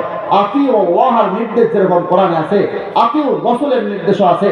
কোরআনও মানতে হবে, হাদিসও মানতে হবে। হাদিস হলো কোরআনের ব্যাখ্যা। কেউ যদি কোরআন মানে হাদিস অস্বীকার করে সে কাফের হয়ে যায়, সে আর মুসলমান থাকে না, মুসলমান থাকে না, মুসলমান থাকে না। তাহলে বলুন তো, নব্য আহলে কোরআন যারা কোরআন মানার স্লোগান দিয়ে হাদিস অস্বীকার করে তারা মুসলমান না কাফের? মুসলমান না কাফের? এই ঈমান হারার ভাইরাসটা এত মারাত্মক আকার ধারণ করেছে। বন্ধুরা আমার, আমি কারণ নাম বলবো না, নাম বললে আবার কোনো এক দল মনে করবে আমি তাদের দলের বিরোধিতা করতেছি অথবা তাদের দলের বক্তার বিরোধিতা করতেছি।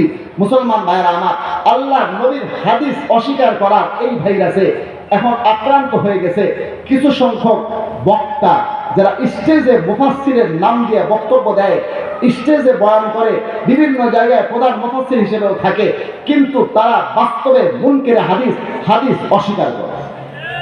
মুসলমান ভাইরা আমার, পাবলিক না শুধু ওলামায়ে কেরাম পর্যন্ত এখন এই ভাইরাসে আক্রান্ত হয়ে গেছে। আমরা তো যার তার ওয়াজ শোনার জন্য দৌড়াই, যত ভাইরাল তত শ্রোতা, যত ভাইরাল তত শ্রোতা।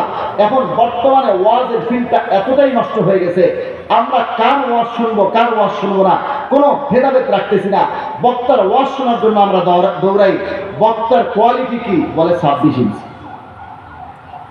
ইঞ্চি মাপিয়া যখন ইঞ্চি একটু কম হয় তার দাম বেড়ে যায়, আকর্ষণ হয়ে গেছে। বক্তার কোয়ালিটি কি? বলে বক্তা আগে মহিলা ছিল এখন পুরুষ, এমন এর দেখার জন্য হুমড়ি খেয়া পড়ছে। বক্তার কোয়ালিটি কি? বলে বক্তা গান গায়, অশ্লীল সিনেমার গান যারা স্টেজে গায় এরা বাকি টাইম কি করে, বুঝতে কি আর বাকি থাকে? আমরা কিন্তু সেই গান শোনার জন্য দৌড়াই, কারণ গানের প্যান্ডেলে গিয়ে গান শুনলে মান যায়, ওয়াজের প্যান্ডেলে শুনলে তো মান যায় না। এটা হয় শান। আল্লাহ তাআলা আমাদেরকে হেফাজত করে। বন্ধুরা আমার, বক্তার কোয়ালিটি কি? এই এই এই ভাইরাল, বিভিন্ন কারণে ভাইরাল, অমুক আছে তমুক আছে, এই হিন্দি কয়, চাইনিজ কয়, বক্তা ভাইরাল। এই জন্য আমরা ওয়াজ শুনতে যাই। আল্লাহ পাক রব্বুল আলামিন সূরা ইয়াসিনের মধ্যে 21 নম্বর আয়াতে, 22 নম্বর পারা, 20 নম্বর পৃষ্ঠা, 21 নম্বর আয়াতে আল্লাহ পাক রব্বুল আলামিন কোন বক্তার ওয়াজ শুনতে পারবেন, কোন বক্তার ওয়াজ শুনতে পারবেন না, কোন বক্তার ওয়াজ শোনা যাবে, কোন বক্তার ওয়াজ শোনা যাবে না, আল্লাহ পাক রব্বুল আলামিন বলে দিয়েছেন, ইত্তাবিউ মাল্লা ইয়াসআলুকুম মাজরা। আল্লাহ পাক রব্বুল আলামিন বলেন, বক্তার কোয়ালিটি 1 নম্বর হতে হবে, সে 1 নম্বর কোয়ালিটি হবে সে চুক্তি করে টাকা চেয়ে নেবে না। চুক্তি করে টাকা চেয়ে নেবে না। বলবেন হুজুর চুক্তি করে টাকা নেওয়া কি হারাম? আমি তো সেই ফতোয়া দিইনি। চুক্তি করে টাকা নেওয়া হারাম আমি বলিনি। হালাল না হারাম? সম্পূর্ণ হালাল। তো সেদিনের দায়ী না আপনার কর্মচারী?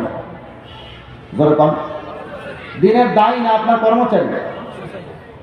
আরেকজন বক্তা, ধরেন আমি আসলাম, আপনাকে বললাম ভাই আমি 1 ঘন্টা ওয়াজ করবো, ঘন্টায় মিনিট হলো 60, আমাকে গুনিয়া মিনিট প্রতি 1000 করে 60,000 টাকা দিতে হবে। সম্পূর্ণ হালাল হবে, যেহেতু আমি মেহনত করবো, পরিশ্রম করবো, আমি আপনার কর্মচারী, থাকবো, টাকা নেবো, চলে যাবো, নিঃসন্দেহে হালাল। তবে আমি আর দিনের দায়ী থাকবো না। দিনের দায়ী হওয়ার জন্য টাকা চাইয়ে নিতে পারবে না। হাদিয়া আপনি দেবেন, হাদিয়া বলে নেওয়ার জিনিস না। আমার 50,000 টাকা হাদিয়া দিতে হবে, আমাকে 1 লাখ টাকা হাদিয়া দিতে হবে। মুফতি হাদিয়া দেনেওয়ালা, তার বিবেচনার উপরে সে যা হাদিয়া দেয়, কম দিলেও আলহামদুলিল্লাহ, বেশি দিলেও আলহামদুলিল্লাহ, আপনি তখন দিনের দায়ী থাকবেন। আর যদি 60 মিনিটে 60,000 টাকা চুক্তি করে নেই, জায়েজ হবে না, আমি সেটা বলি নাই, তবে তখন আর দিনের দায়ী থাকবে না। আল্লাহ পাক রব্বুল আলামিন বলেন, ওয়াহুম মুহতাদুন। শুধু টাকা না চাইলে হবে না, নিজে হেদায়েতের উপরে থাকতে হবে। এখন এই বক্তা, যেই বক্তার কথা আমি ইশারা ইঙ্গিতে বলতেছি, পরিষ্কার বলতেছি না, কিছুদিন আগে সে বলছে কেউ যদি কবিরা গুনাহ করে জাহান্নামে যায়, চিরদিন চিরকাল জাহান্নামে থাকতে হবে। মাসালান আপনি কোনো একদিন কোনো একটা কবিরা গুনাহ করছেন, ধোঁকা দিয়েছেন, বা কোনো একটা মিথ্যা কথা বলছেন, কোনো একটা কবিরা গুনাহ করছেন, এর কারণে যদি জাহান্নামে যান, চিরদিন চিরকালে জাহান্নামে থাকতে হবে। এই বক্তা একথাও বলছে, আমার কাছে এই প্রসঙ্গে বহু দলিল আছে কোরআন থেকে। মুসলমান ভাইরা আমার, দেখেন এই বক্তা কোরআন থেকে বহু দলিল আছে বলতেছে ঠিক, কিন্তু বাস্তবে তার খবর নাই। সে যে আকীদাটা প্রচার করতেছে, এটা মুতাজিলা ফিরকা, একটা বাতিল ফিরকা আছে মুতাজিলা, তাদের আকীদা। আহলে সুন্নাত ওয়াল জামাতের আকীদা হলো কবিরা গুনার কারণে কেউ জাহান্নামে যাবে এটা নিশ্চিত না, আল্লাহ তাআলা চাইলে মাফ করে দিয়ে এমনিতেই তাকে জান্নাতে দিতে পারেন শুরু থেকেই। আর যদি সে তওবা করে, তওবার কারণে আল্লাহ তাআলা মাফ করে দিতে পারেন। কেউ যদি কোনো কারণে শাস্তি ভোগ করার জন্য কবিরা গুনার কারণে জাহান্নামে যায়, ঈমান থাকলে সে অবশ্যই নাজাত পাবে। কবিরা গুনার শাস্তি ভোগ করার পরে সে নাজাত পাবে। কবিরা গুনার জন্য জাহান্নামে গেলে মুখাল্লাদ ফির নার হবে, চিরদিন চিরকাল জাহান্নামে থাকবে। এই আকীদাটা হলো বাতিল ফিরকা মুতাজিলাদের আকীদা। আমি ওই বক্তার কাছে খবর পাঠিয়েছি, বক্তা আমাদের চিনে আলহামদুলিল্লাহ ভালো করেই, যে উনি যে আকীদাটা প্রচার করতেছেন তার এক ভক্ত দিয়ে আমি খবর পাঠিয়েছি, ওনাকে বলবেন এটা বাতিল ফিরকা মুতাজিলাদের আকীদা। বলছেন তো আমাকে উনি চেনেন তো আগে থেকেই। বলছে হুজুর তো বলছে এটা মুতাজিলাদের আকীদা, আমি তো জানি না যে এটা মুতাজিলাদের আকীদা। বক্তা জানি না সে মুতাজিলাদের আকীদা প্রচার করতেছে। এই বক্তা আবার সেদিন দেখলাম বুখারী শরীফের প্রথম খণ্ডে, ভালো করে বুঝেন, ভালো করে বুঝেন, এই কথাগুলো আমাদের জানার দরকার আছে। যে কোনো ওয়াজ শুনিয়া আপনার এমন অবস্থা হবে, ঈমান আকীদা যাও ঠিক আছে, তাও যদি নষ্ট হয়ে যায় সমস্যা না ভাই। বুখারী শরীফ প্রথম খণ্ডের 50 নম্বর পৃষ্ঠা 349 নম্বর হাদিস, একদম সহিহ সনদে এই হাদিসটা প্রমাণিত। বুখারী শরীফের এই হাদিসকে তিনি অস্বীকার করে বলতেছেন, এই হাদিসের মধ্যে যে আছে ফাফরাজা সাদরি, আল্লাহর নবীর সিনাকে চাপ করা হয়েছে, সিনা বিদীর্ণ করে এখানে হাড়টাকে জমজমের পানি দিয়ে ধৌত করা হয়েছে। উনি বলেছেন আপনি যখন হাদিস পড়বেন বিবেকটাকে কাজে লাগাবেন, বিবেকে এটা আসে নাকি? এটা তো আসলে বিবেকে আসে না, এটা মানা যাবে না। বলুন তো দেখি, বিবেকে আসলে আমি হাদিস মানবো, বিবেকে না আসলে মানবো না, এটা কি হাদিস সহি হওয়ার, হাদিস মানার না মানার মেয়াজার আর মানদণ্ড হতে পারে? এটা হাদিস অস্বীকার করার নামান্তর। তাদের গুরু, সেই গুরুর আর আমি নাম বলবো না, কারণ গুরু কোনো একটা দলের গুরু, যার কারণে আমি এই গুরুর নাম বলবো না। মুসলিম শরীফের একদম স্পষ্ট সহিহ হাদিস, মুসলিম শরীফের হাদিসের মধ্যে আছে 90 জন, আরেক রিওয়ায়াত আছে 99 জন স্ত্রীর সঙ্গে হযরত সুলাইমান আলাইহিস সালাম এক রাত্রে সহবাস করেছেন এবং বলেছেন প্রত্যেকের সন্তান হবে, মুজাহিদ হবে ইনশাআল্লাহ, বলেন নাই। যাই হোক, লম্বা ঘটনা আছে হাদিসের মধ্যে। তো উনি বলতেছেন হাদিসের সনদ বিশুদ্ধ, কোনো সন্দেহ নেই তাতে। কিন্তু আমি ঘন্টা মিনিট হিসেব করে দেখেছি, ঘন্টা মিনিট হিসেব করে দেখি যে আসলে এই 99 জন বা 90 জন স্ত্রীর সঙ্গে একটা রাত্রে যতগুলো ঘন্টা মিনিট আছে, এই টাইমে সহবাস করা সম্ভব না। অতএব এই হাদিস ঠিক না। স্পষ্ট সহিহ হাদিস মুসলিম শরীফ 2য় খণ্ডে, এত সহিহ হাদিস, সনদের দিক থেকে কোনো দুর্বলতা নেই, সে নিজেও স্বীকার করছে। তারপরে বলতেছে বিবেকে আসে না, এই জন্য মানবো না। মুসলমান ভাইরা আমার, এটা হলো হাদিস অস্বীকার করার নামান্তর। মনে রাখবেন, কেউ যদি কোরআন মানার স্লোগান দিয়া হাদিস অস্বীকার করে, সে আর মুসলমান থাকে না। কোরআন মানার স্লোগান দিয়া যদি হাদিস অস্বীকার করে, সে মুসলমান কেন থাকে না? বুঝেন, ভালো করে বুঝেন মুসলমান ভাইরা আমার। একজন ডাকপিয়নের দায়িত্ব কি হয়? চিঠি পৌঁছায় দেওয়া। চিঠির ব্যাখ্যা করা কোনো ডাকপিয়নের দায়িত্বের মধ্যে পড়ে? চিঠির ব্যাখ্যা করা কোনো ডাকপিয়নের দায়িত্বের মধ্যে পড়ে না। মুসলমান ভাইরা আমার, আমাদের কিছু ভাইয়েরা মনে করেন আমার আপনার নবী ডাকপিয়ন। কোরআন শরীফটা আল্লাহর পক্ষ থেকে আমাদের কাছে, বান্দার কাছে একটা চিঠি, এই চিঠি পৌঁছে দেওয়ার জন্য নবী মুহাম্মদ রাসূলুল্লাহ ডাকপিয়ন ছিলেন, চিঠি পৌঁছে দিয়েছেন। এই চিঠির ব্যাখ্যা হলো হাদিস। এই ব্যাখ্যা বয়ান করা নবীর দায়িত্বের মধ্যে পড়ে না। তিনি তো ডাকপিয়নের মতো। কাজে আমরা আমাদের ইচ্ছা মতো কোরআন বুঝবো আর আমল করবো, হাদিস মানবো না, নবীর ব্যাখ্যা মানবো না। কারণ নবীর ব্যাখ্যা করার অধিকার নেই, কারণ নবী হচ্ছেন ডাকপিয়নের মতো। সে হাদিস না মেনে কি করলো? নবীকে ডাকপিয়নের মতো মনে করলো। মনে রাখবেন যে রসুলের কালিমা পড়লেও মুসলমান হবে না যতক্ষণ পর্যন্ত রসুলের উপরে রসুল হিসেবে বিশ্বাস না রাখবে। যারা আমার রসুলের হাদিস মানে না, হাদিসকে অস্বীকার করে, আমল না করা হাদিসের উপরে ভিন্ন কথা, হাদিস অস্বীকার করা ভিন্ন কথা। মুসলমান ভাইরা আমার, কেউ যদি হাদিস অস্বীকার করে তাহলে সে মুসলমান থাকে না, কারণ সে আমার আপনার রসুলকে, রসুলের কালিমা পড়লেও রসুল হিসেবে বিশ্বাস করে না, সে রসুলকে ডাকপিয়ন মনে করে। মুসলমান ভাইরা আমার, রসুলকে ডাকপিয়ন মনে করলে তাওহীদের সালাতের কারণে, রসুল অবমাননার কারণে সে কাফের, সে আর মুসলমান থাকে না। আশ্চর্য হয়ে যাবেন, এরা এখন কি করছে জানেন? এরা বলে নামাজ সবগুলো দুই রাকাত, সব মিলিয়ে তারা বলে, তাদের মধ্যে আবার 2 গ্রুপ, এই 90 আহলে কোরআন। তারা বলে আমরা কোরআনের মধ্যে কোন জায়গার মধ্যে পেয়েছি, কেউ এক গ্রুপ পাইছে বলে 2 ওয়াক্ত, আর এক গ্রুপ পেয়েছে 3 ওয়াক্ত। তো এক গ্রুপ 2 ওয়াক্ত নামাজ পড়ে, এক গ্রুপ 3 ওয়াক্ত নামাজ পড়ে। সব নামাজ আবার 2 রাকাত। এদের তাকবীরও আজীব, তারা আমাদের মতো তাকবীর দেয় না। কারণ এই তাকবীরগুলো যেটা আমরা দেখি হাদিসে আছে, কোরআনে নাই। তারা বলে তাকবীর হবে এরকম, আল্লাহু আকবার, আল্লাহু আকবার, আকিমুস সালাহ, লা ইলাহা ইল্লাল্লাহ, শেষ করতে। বৈঠকের মধ্যে দরুদ শরীফ, দোয়া মাসুরা এগুলো কিছুই পড়ে না। এগুলো কি পড়ে বৈঠকে শুধু একটা দোয়া পড়ে, সুবহানা রাব্বিকা রাব্বিল ইজ্জাতি আম্মা ইয়াসিফুন ওয়া সালামুন আলাল মুরসালিন আলহামদুলিল্লাহি রাব্বিল আলামিন, আসসালামু আলাইকুম ওয়া রাহমাতুল্লাহ, আসসালামু আলাইকুম ওয়া রাহমাতুল্লাহ। এই নামাজ কি নবী মুহাম্মদ রাসূলুল্লাহ সাল্লাল্লাহু আলাইহি ওয়াসাল্লাম নিয়ে আসছে? পুরা মুসলিম উম্মার নামাজ এক, এদের নামাজ এক। অতএব মনে রাখবেন যারা কোরআন মানার স্লোগান দিয়া হাদিস অস্বীকার করে, এরা মুসলমান না। এই জন্য আমি বলছি যে আমি এই সিরাতুল মুস্তাকিমের ব্যাখ্যা একটা হাদিস করেছি। হাদিসটা আমি ইচ্ছে করেই পড়েছি, কারণ সিরাতুল মুস্তাকিমের ব্যাখ্যায় আল্লাহর নবীর একটা হাদিস আছে, হযরত আব্দুল্লাহ ইবনে আমর থেকে বলি। আপনারা কি বিরক্ত হয়ে যাচ্ছেন? আল্লাহর নবীর এই হাদিসের মধ্যে কি আছে দেখেন। আল্লাহর হাবিব সাল্লাল্লাহু আলাইহি ওয়াসাল্লাম, আমি আসছি হচ্ছে সিলেটে গেছি আগের দিন গোপালপুরে প্রোগ্রাম ছিল, এখানে সিলেট থেকে আবার আসছি। কষ্ট কি আমাদের বেশি না আপনাদের? একটু সবর করে যে বিষয়টা আমি শুরু করেছি, এটা পরিপূর্ণ না বলতে পারলেও অন্তত এতটুকুন পৌঁছতে হবে, যতটুকুন পৌঁছলে আমরা কিছুটা বুঝতে পারি। আল্লাহর হাবিব সাল্লাল্লাহু আলাইহি ওয়াসাল্লামের প্রসিদ্ধ সাহাবী আব্দুল্লাহ বিন আমর রাদিয়াল্লাহু তাআলা আনহু, এই আব্দুল্লাহ বিন আমরের কাছে কিন্তু সবচেয়ে বেশি হাদিস সংরক্ষিত ছিল। সবচেয়ে বেশি হাদিস কে বর্ণনা করেছেন? হযরত আবু হুরায়রা। হযরত আবু হুরায়রা নিজেই বলেছেন, বুখারী শরীফ খণ্ড নম্বর 1 পৃষ্ঠা নম্বর 22 হাদিস নম্বর 113, আর হযরত আবু হুরায়রা রাদিয়াল্লাহু তাআলা আনহু নিজেই এখানে বলেন যে সবচেয়ে বেশি হাদিস আমার কাছে না, আমার ভাই আব্দুল্লাহ বিন আমরের কাছে বেশি হাদিস সংরক্ষিত ছিল। এখানে আছে হাদিসটা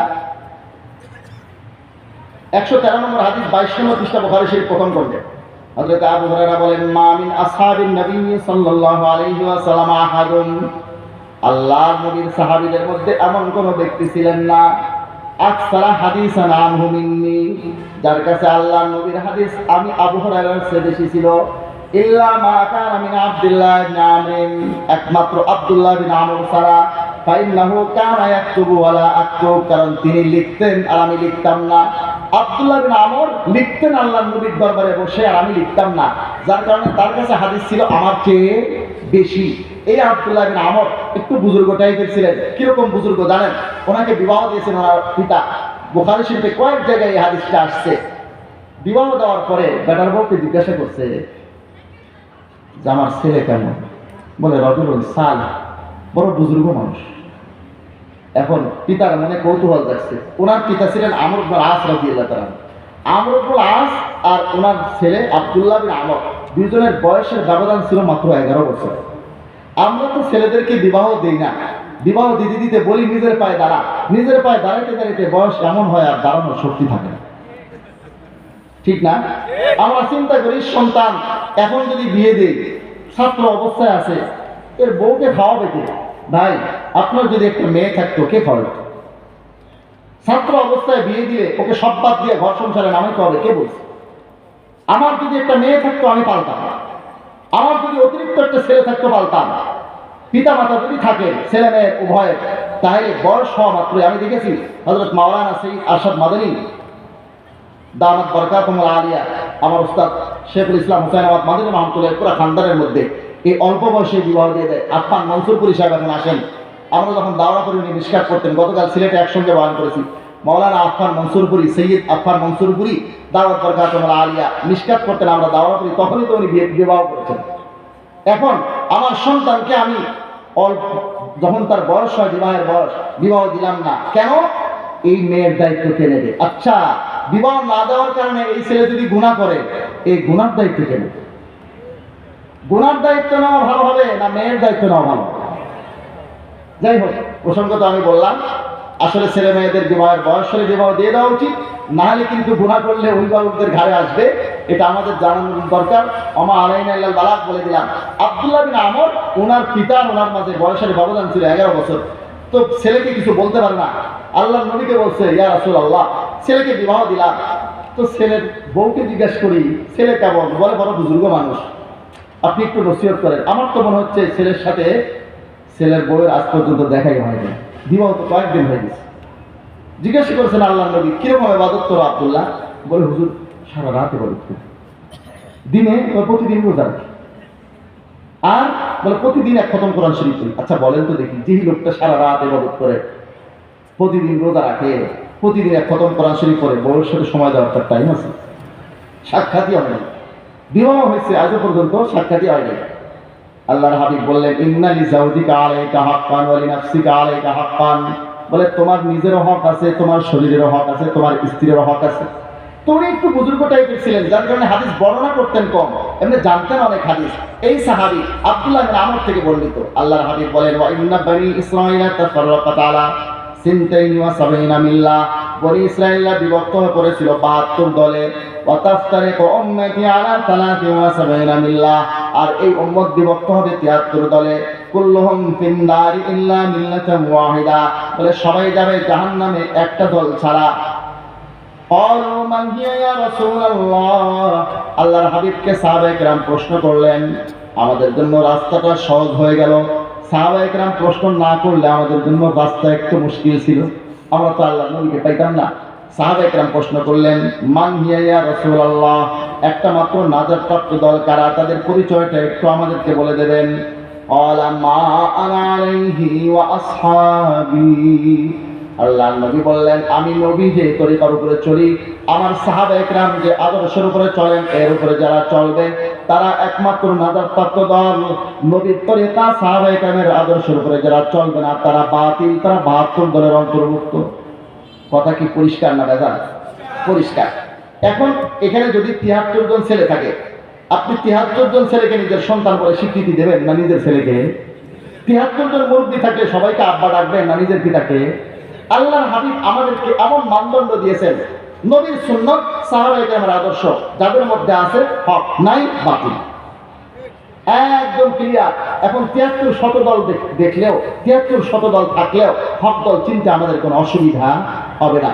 বন্ধুরা আমার, এই নামটা আহলুস সুন্নাহ ওয়াল জামাআহ, যেটা এই হাদিস থেকে নেওয়া হয়েছে, আরেকটা হাদিসের মধ্যে পরিষ্কার আছে। তাফসীর বিল রিওয়ায়াত অন্যতম কিতাব তাফসীরে দুররুল মানসুরের মধ্যে খ নম্বর ২ পৃষ্ঠা নম্বর ২৯১ এ ১০৬ নম্বর আয়াত সূরা আলে ইমরানের এই আয়াতের ব্যাখ্যাতে রাইসুল মুফাসসিরিন আব্দুল্লাহ ইবনে আব্বাস রাদিয়াল্লাহু তাআলা আনহু থেকে এই হাদিসটা আছে। ইয়াওমা তাবিয়াদু বুজুহু ওয়া তাসওয়াদু বুজুহ, কিয়ামতের দিন কিছু চেহারা হবে সাদা সুশ্রী সুন্দর, তারা হবে জান্নাতি। ওয়া তাসওয়াদু বুজুহ, কিছু চেহারা হবে কালো কুৎসিত কুচরি, তারা হবে জাহান্নামী। কাদের চেহারা সাদা সুশ্রী সুন্দর হবে? আব্দুল্লাহ ইবনে আব্বাস বলেন, ক্বালা তাবিয়াদু উজুহু আহলিস সুন্নাতি ওয়াল জামাআহ, যারা আহলে সুন্নাত ওয়াল জামাআত তাদের চেহারা হবে সাদা সুশ্রী সুন্দর, তারা জান্নাতি হবে। এখন আমাদের দেশে ৩ শ্রেণীর ইসলাম পালন হয়। এক শ্রেণীর ইসলাম হলো সংযোজনের ইসলাম। এটাকে আমি মাঝে মধ্যে বোঝার জন্য বলি ভোলানাথ মার্কা ইসলাম। এক এলাকায় একটা লোক ছিল, নাম ছিল ভোলানাথ। কি নাম ছিল? ভোলানাথ। কথাবার্তা ভুলে যায়, যার কারণে লোকজন তার নাম দিয়েছে ভোলানাথ। এখন অঙ্ক করতে গেলে নামতা মুখস্থ রাখতে হয়, ভোলানাথের থাকে না নামতা মুখস্থ, অঙ্ক করে ভুল। পরীক্ষায় প্রশ্ন আসছে ৩ 4 গুণন করলে কত হয়? ভোলানাথ লিখছে ৯০। কি লিখছে? ৯০। স্যার নাম্বার দিয়েছে 00। রেজাল্ট বের হওয়ার পরে স্যারের পিছনে লাগছে, স্যার আমার নাম্বার দেননি কেন, অঙ্কে 00 দেখতেছি। বলে ৩ 4 গুণন করতে দেওয়া হয়েছে, তুমি লিখছে ৯০, তাই কি নাম্বার পাবো? বলে স্যার আপনি বলেন তো ৩ 4 কত হয়? ৩ 4 হয় ১২। ৩ 4 হয়? স্যার আমি কত লিখছি? তুমি লিখছো ৯০। স্যার আমি কম লিখছি না বেশি লিখছি? বলে অনেক বেশি লিখছি। স্যার তাই তো আমার নাম্বার পাওয়া উচিত, আমি তো ঢের বেশি লিখছি। এটা রবি ঠাকুর কবিতা বানাইছে। বলে ভোলানাথ লিখেছিল ৩ 4 ৯০, গণিতের মার্কায় কাটা গেল সর্বই। ৩ 4 12 হয়, মাস্টার তারে কয়, লিখেছিল ঢের বেশি, এই তার গর্বই। অনেক বেশি লিখছে, এটাই তার গর্ব। আমাদের দেশে কিছু ভাই আছেন, আল্লাহর নবীর আদর্শ, সাহাবায়ে কেরামের আদর্শ, যেটা প্রকৃত আহলুস সুন্নাহ ওয়াল জামাআর আকীদা আমল, এর উপরে আরো কিছু বাড়িয়ে দিয়ে আমল করে, যেগুলোকে শরীয়তের পরিভাষায় বলে বিদআত। যখন আপনি জিজ্ঞাসা করবেন এগুলো করো কেন, তখন তারা বলে আমরা মারেফতের লোক। আমরা কিসের লোক? মারেফতের লোক। আরে ভাই, শরীয়ত বাদ দিয়ে যে মারেফত আছে, এটাকে মারেফত না মরবার পর। মুসলমান ভাইরা আমার, তাদেরকে যখন বলবেন আল্লাহ নবীর হাদিসে এরকম আছে, সুন্নত এরকম, এটা তো সুন্নত, এটা বিদআত, তখন তারা বলে আমরা রাসূলের আশিকারা মিল্লাত মাযহাব জুদাস, আশিকারা মিল্লাত মাযহাব খুদাস। বলে তোমরা শরীয়তের মৌলবীরা এগুলো বুঝবা না, আমরা আশিকে রাসূল তাই করি। ইশকে রাসূলের স্লোগান দিয়া আল্লাহর নবীর তরিকার উপরে, সাহাবায়ে কেরামের তরিকার উপরে আরো খানিক বাড়ায় দিয়ে আমল করে। এটা হলো ভোলানাথ মার্কা ইসলাম, সংযোজনের ইসলাম। না না না না, সংযোজন করা যাবে না। নবীর আদর্শ, সাহাবায়ে কেরামের আদর্শ হুবহু মানতে হবে। আমি এই গ্রুপের বিরুদ্ধে সম্ভবত গত বছর বলছি, বিস্তারিত এদিকে আমি যাব না। আরেক গ্রুপ আছে, তারা বিয়োজনের ইসলাম পালন করে, এরা হলো মুফাররিতিন। আগের গ্রুপ মুফরিতিন, এরা হলো মুফাররিতিন। এই মুফাররিতিনের মাঝামাঝি আরেক দল আছে, তারা হলো মুতাদিলিন। বন্ধুরা আমার, এখন আপনি কাদেরকে ফলো করবেন? আরেক গ্রুপ আছে, তারা মাইনাস ফর্মুলাতে ইসলাম পালন করে, কোরআনের নামও নেয় না, ইজমা কিয়াসকে অস্বীকার করে, শুধু হাদিসের নাম নেয়। এরা যে হাদিসের নামটা নিয়েছে, বুঝবেন শুধু হাদিসের নাম নিত, বলে আমরা শুধু হাদিস মানি। তাদের থেকে ট্রান্সজেন্ডার হইয়া নতুন আরেকটা গ্রুপ নামছে বাংলাদেশে, এটা হলো কি আহলুল কোরআন, নব্য আহলে কোরআন। তারা হাদিসটাকেও অস্বীকার করে দিয়েছে। আমরা গ্রাম দেশে ছোটবেলায় শাস্ত্র শুনতাম, বলে হাঁটুর বাটাল 22 খান, চোরে নিল 3 খান, আর থাকে কয়টা? থাকে কিছু? আর থাকে না। এরা রাখছিল শুধু হাদিস।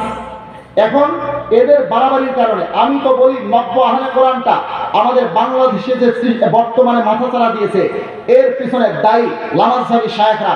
কারণ তারা মাঠে ময়দানে ফেসবুক ইন্টারনেট ইউটিউবে সব জায়গায় জাল জয়ীফ জাল জয়ীফ জাল জয়ীফ জাল জয়ীফ এমন ভাবে স্লোগান দেয়, পাবলিকের এরপরে এই জাল জয়ীফ শুনতে শুনতে এমন একটা অবস্থা হয়েছে, হাদিসের উপর থেকেই তাদের আস্থা উঠে গেছে যে হাদিসের মধ্যে যখন এত ভেজাল, যা হাদিস মানবো না, শুধু মানবো কোরআন।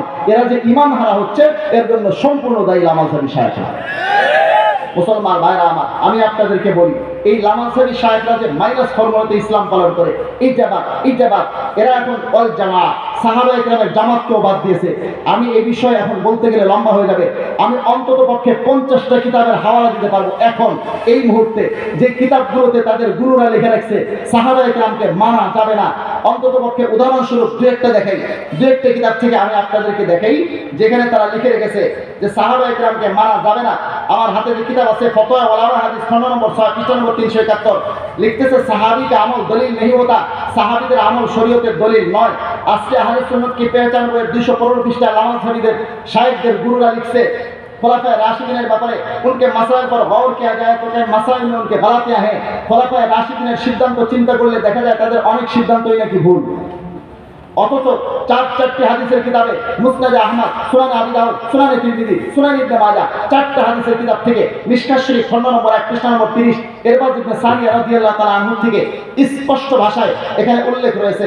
চলুন দেখি স্পষ্ট ভাষায় কি আছে এখানে। হযরত ইরবাদ ইবনে সারিয়া রাদিয়াল্লাহু তাআলা আনহু থেকে আল্লাহর হাবিব বলেন, মান ইয়াইশ মিনকুম বাদি, আমার পরে তোমাদের মধ্যে যারা জীবিত থাকবে, ফাসারা ইখতিলাফান কাসীরা, সে ভবিষ্যতে উম্মতের মধ্যে অনেক মত পার্থক্য দেখতে পাবে। তখন কি করবা? আল্লাহর হাবিব বলেন, ফালাইকুম বিসুন্নতি ওয়া সুন্নাতিল খুলাফাইর রাশিদিনাল মাহদিন, তখন আমার সুন্নাত আর খুলাফায়ে রাশিদিনের সুন্নাতকে আঁকড়ে ধরবা। আল্লাহর নবী বলেন খুলাফায়ে রাশিদিনের সিদ্ধান্ত ঠিক, এটাকে সুন্নাত বলেছেন, তারা বলে এটা মানা যাবে না। হযরত ওমর ফারুক রাদিয়াল্লাহু তাআলা আনহুর ব্যাপারে তরিকা মুহাম্মাদি 41 নম্বর পৃষ্ঠায় লিখছে, बहुत से साफ मोटे मोटे मसाइल ऐसे हज़रत फारूक आज़म ने उनमें गलती की। हज़रत ओमर फारूक রাদিয়াল্লাহু তাআলা অনেক সহজ মাসলাতে নাকি ভুল করেছে। মুসলমান ভাইরা আমার, সাহাবায়ে কেরামকে মানা যাবে না, তাদের কথাবার্তায় পাইলেন তো? সাহাবায়ে কেরামকে যারা মানে না তারা কোনদিন হকপন্থী হতে তিরমিজি শরীফের হাদিসের মধ্যে পাইলাম। এবার আপনি কোরআন শরীফে খুলেন, কোরআন শরীফের মধ্যে পারা নম্বর 1 পৃষ্ঠা নম্বর 20 আর নম্বর সূরাতুল বাকারার 137 আয়াত আপনি এখানে পাবেন।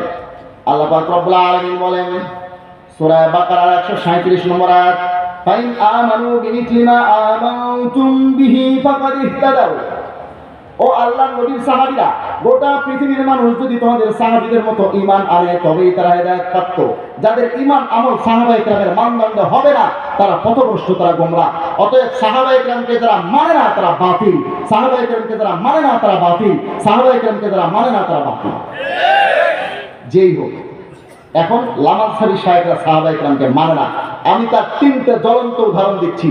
সমস্ত সাহাবায়ে কেরামের ঐক্যবদ্ধ সিদ্ধান্ত 3টা আছে। হযরত ওমরের জামানায় 20 রাকাত তারাবি, দলিল বলবো না, শুধু ইজমাই বিষয়টা বলি। হযরত ওমর ফারুক রাদিয়াল্লাহু তাআলার জামানায় সমস্ত সাহাবায়ে কেরামের 20 রাকাত তারাবির ব্যাপারে ঐক্যবদ্ধ সিদ্ধান্ত হয়ে গেছে, ইজমা কায়েম হয়ে গেছে। ঠিক এরকম হযরত ওমর ফারুক রাদিয়াল্লাহু তাআলার জামানায় 3 তালাক দিলে একসঙ্গে 3 তালাক হয়। হযরত ওমর ফারুক রাদিয়াল্লাহু তাআলার জামানায় সমস্ত সাহাবায়ে কেরামের ঐক্যবদ্ধ সিদ্ধান্ত হয়ে গেছে, সমস্ত মুসলমানদের ঐক্যবদ্ধ সিদ্ধান্ত হয়ে গেছে সাহাবায়ে কেরামের হযরত ওসমানের জামানায় জুমার প্রথম আযানের ব্যাপারে, যেটা সুন্নাত। মুসলমান ভাইরা আমার, এখন আসুন এই 3টে ব্যাপারে যেহেতু সমস্ত সাহাবায়ে কেরামের ইজমা কায়েম হয়ে গেছে, ঐক্যমত্য প্রতিষ্ঠিত হয়ে গেছে, সাহাবায়ে কেরামের ইজমা যে ব্যাপারে হয়ে যায়, ঐক্যমত্য প্রতিষ্ঠিত হয়ে যায়, সেই ব্যাপারে উম্মতের কোনো কেউ মুজতাহিদ হইলেও তার কোনো মতামত ব্যক্ত করার অধিকার আর ইখতিয়ার থাকে না। এজন্য দেখবেন এই 3টি ব্যাপারে ইমাম আবু হানিফা রাহমাতুল্লাহ আলাইহি, ইমাম মালিক রাহমাতুল্লাহ আলাইহি, ইমাম শাফি রাহমাতুল্লাহ আলাইহি, ইমাম আহমদ ইবনে হাম্বল রাহমাতুল্লাহ আলাইহি কারো কোনো দ্বিমত নাই। ভিন্ন মতামত যদি এই ব্যাপারে থাকে তাহলে পথভ্রষ্ট লামাজহাবি শায়েখরা। তাহলে বোঝা যায় তারা সাহাবায়ে কেরামকে শুধু মানে না, সমস্ত সাহাবায়ে কেরামের ঐক্যবদ্ধ সিদ্ধান্ত মানে না। একটা স্লোগান তারা দেয়, আসুন আমরা সহিহ হাদিসের উপরে আমল করি। দেয় কি দেয় না? দেয় কি দেয় না? আপনি মনে রাখবেন, তাদের চেয়ে সহিহ আকীদা আমাদের, তাদের চেয়ে সহিহ হাদিস অনুযায়ী আমরা বেশি নামাজ পড়ি, কিন্তু তারা সহিহ স্লোগান দেয়, আমরা দিই না। কারণটা কি জানেন? আপনাদের এলাকায় মুরগি আছে না? মুরগি ডিম দেয়। একটা দেশি মুরগির দাম সর্বোচ্চ 20 টাকা, কথা ঠিক, 10, 15, 20, ঠিক আছে। এই ডিমটা দিয়ে মুরগি চুপ থাকে না, চিল্লায়, এমন চিল্লায় মনে হয় কয়েকটা মহাদেশ বিজয় করে আসছে, কথা ঠিক। ঝিনুকের মধ্যে মুক্তা জন্ম দেয় নাকি যায় না? ঝিনুকটার মধ্যে যে মুক্তা জন্ম দেয়, এই মুক্তার দাম 10 টাকা, 20 টাকা না লাখ টাকা? লাখ টাকা দামের মুক্তা জন্ম দিয়া ঝিনুকটা চিল্লায় না। এত বড় গরুর বাছুর জন্ম দিয়া গরুটা চিল্লায় না। 10 টাকা 15 টাকা দামের ডিম দিয়া মুরগি চিল্লায়। লামা সাবিরা চিল্লায় সহি সহি বলিয়া। তাদের চেয়ে মজবুত আকীদা আমাদের, তাদের চেয়ে মজবুত দলিলে আমরা নামাজ পড়ি, কিন্তু আমরা সহি সহি বলে চিল্লাই না, কারণ আমরা ডিমের ব্যাপারী না। ইমাম আবু হানিফা রাহমাতুল্লাহ আলাইহির এক একটা ইজতিহাদ, ইমাম আবু হানিফা রাহমাতুল্লাহ আলাইহির এক একটা দলিল মুক্তার মতো দামি। মুক্তা যাদের কাছে থাকে তারা চিল্লায় না। একটা মাসলা শুধু বলবো, দেখবেন বাকি মাসলাগুলো এরকম। একটা মাসলা, শুধু একটা মাসলা, শুধু একটা মাসলা। বাকি মাসলাগুলো এরকম। একটা মাসলা শুধু দেখাই, একটা মাসলা, শুধুমাত্র একটা মাসলা দেখাচ্ছি, বাকি মাসলাগুলো এরকম। অন্য কোনো সময় যদি আসি বাকি মাসলাগুলো দেখাবো ইনশাআল্লাহ। দাঁড়ানোর মাসলাটা অনেক লম্বা, আমি অন্য সময় এই মাসলা নিয়ে লম্বা কথা বলি, গতকাল সিলেটেও বলছি। আজকে শুধু একটা দলিল আপনাদেরকে দিন। এই যে কোরআন শরীফ, কোরআন শরীফের মধ্যে, কোরআন শরীফ পারা নম্বর 1 সূরাতুল বাকারা, আপনি এখানে যাবেন 18 নম্বর পৃষ্ঠা। কত নম্বর পৃষ্ঠা? সূরাতুল বাকারার 18 নম্বর পৃষ্ঠা। আল্লাহ পাক রব্বুল আলামিন বলেন, আত্তাখিরু মিন মাকামি ইব্রাহিম মুসাল্লা, তোমরা মাকামে ইব্রাহিমকে মুসাল্লা বানাও, নামাজের জায়গা বানাও। মাকামে ইব্রাহিমকে নামাজের জায়গা বানাতে বলছেন আল্লাহ পাক রব্বুল আলামিন। মাকামে ইব্রাহিম এটা কি আসলে নামাজের জায়গা বানিয়ে নামাজ পড়া, এটা হলো আসল, কিন্তু সেটা তো গ্লাস দিয়ে ঘেরা, এখানে দাঁড়াইতে পারি না আমরা, পাশে নামাজ পড়তে হবে, এটা ঠিক আছে। এখন রইল মাকাম ইব্রাহিমকে মুসাল্লা বানাইতে বলছেন আল্লাহ তাআলা, যেটা কোরআনের নির্দেশ আছে সূরাতুল বাকারা। সূরাতুল বাকারার মধ্যে আপনি 1 নম্বর পারা 18 নম্বর পৃষ্ঠায় পাবেন, ওয়াত্তাখিযু মিন মাকামি ইব্রাহিম মুসাল্লা। এখন আপনি যাইয়া দেখেন ইব্রাহিম আলাইহিস সালামের মাকাম ইব্রাহিম, তার যে 2 পা, এই 2 পায়ের মাঝখানে ডিসটেন্স কি 2.5-3 ফিট নাকি স্বাভাবিক? 2.5-3 ফিট নাকি স্বাভাবিক? ওদেরকে বলেন তোমরা যায় দেখো মাকাম ইব্রাহিমের মধ্যে ইব্রাহিম আলাইহিস সালামের মাকাম ইব্রাহিমকে মুসাল্লা বানাইতে বলছেন আল্লাহ তাআলা, এখানে দাঁড়িয়ে নামাজ পড়তে বলছেন। এটা হলো মায়াত, এটা হলো মানদণ্ড। এখন আসো, এর সাথে যদি তোমাদের নামাজ মেলে, তোমার নামাজ কোরআন দ্বারা প্রমাণিত, যদি আমার নামাজ মেলে, আমার নামাজ কোরআন দ্বারা প্রমাণিত।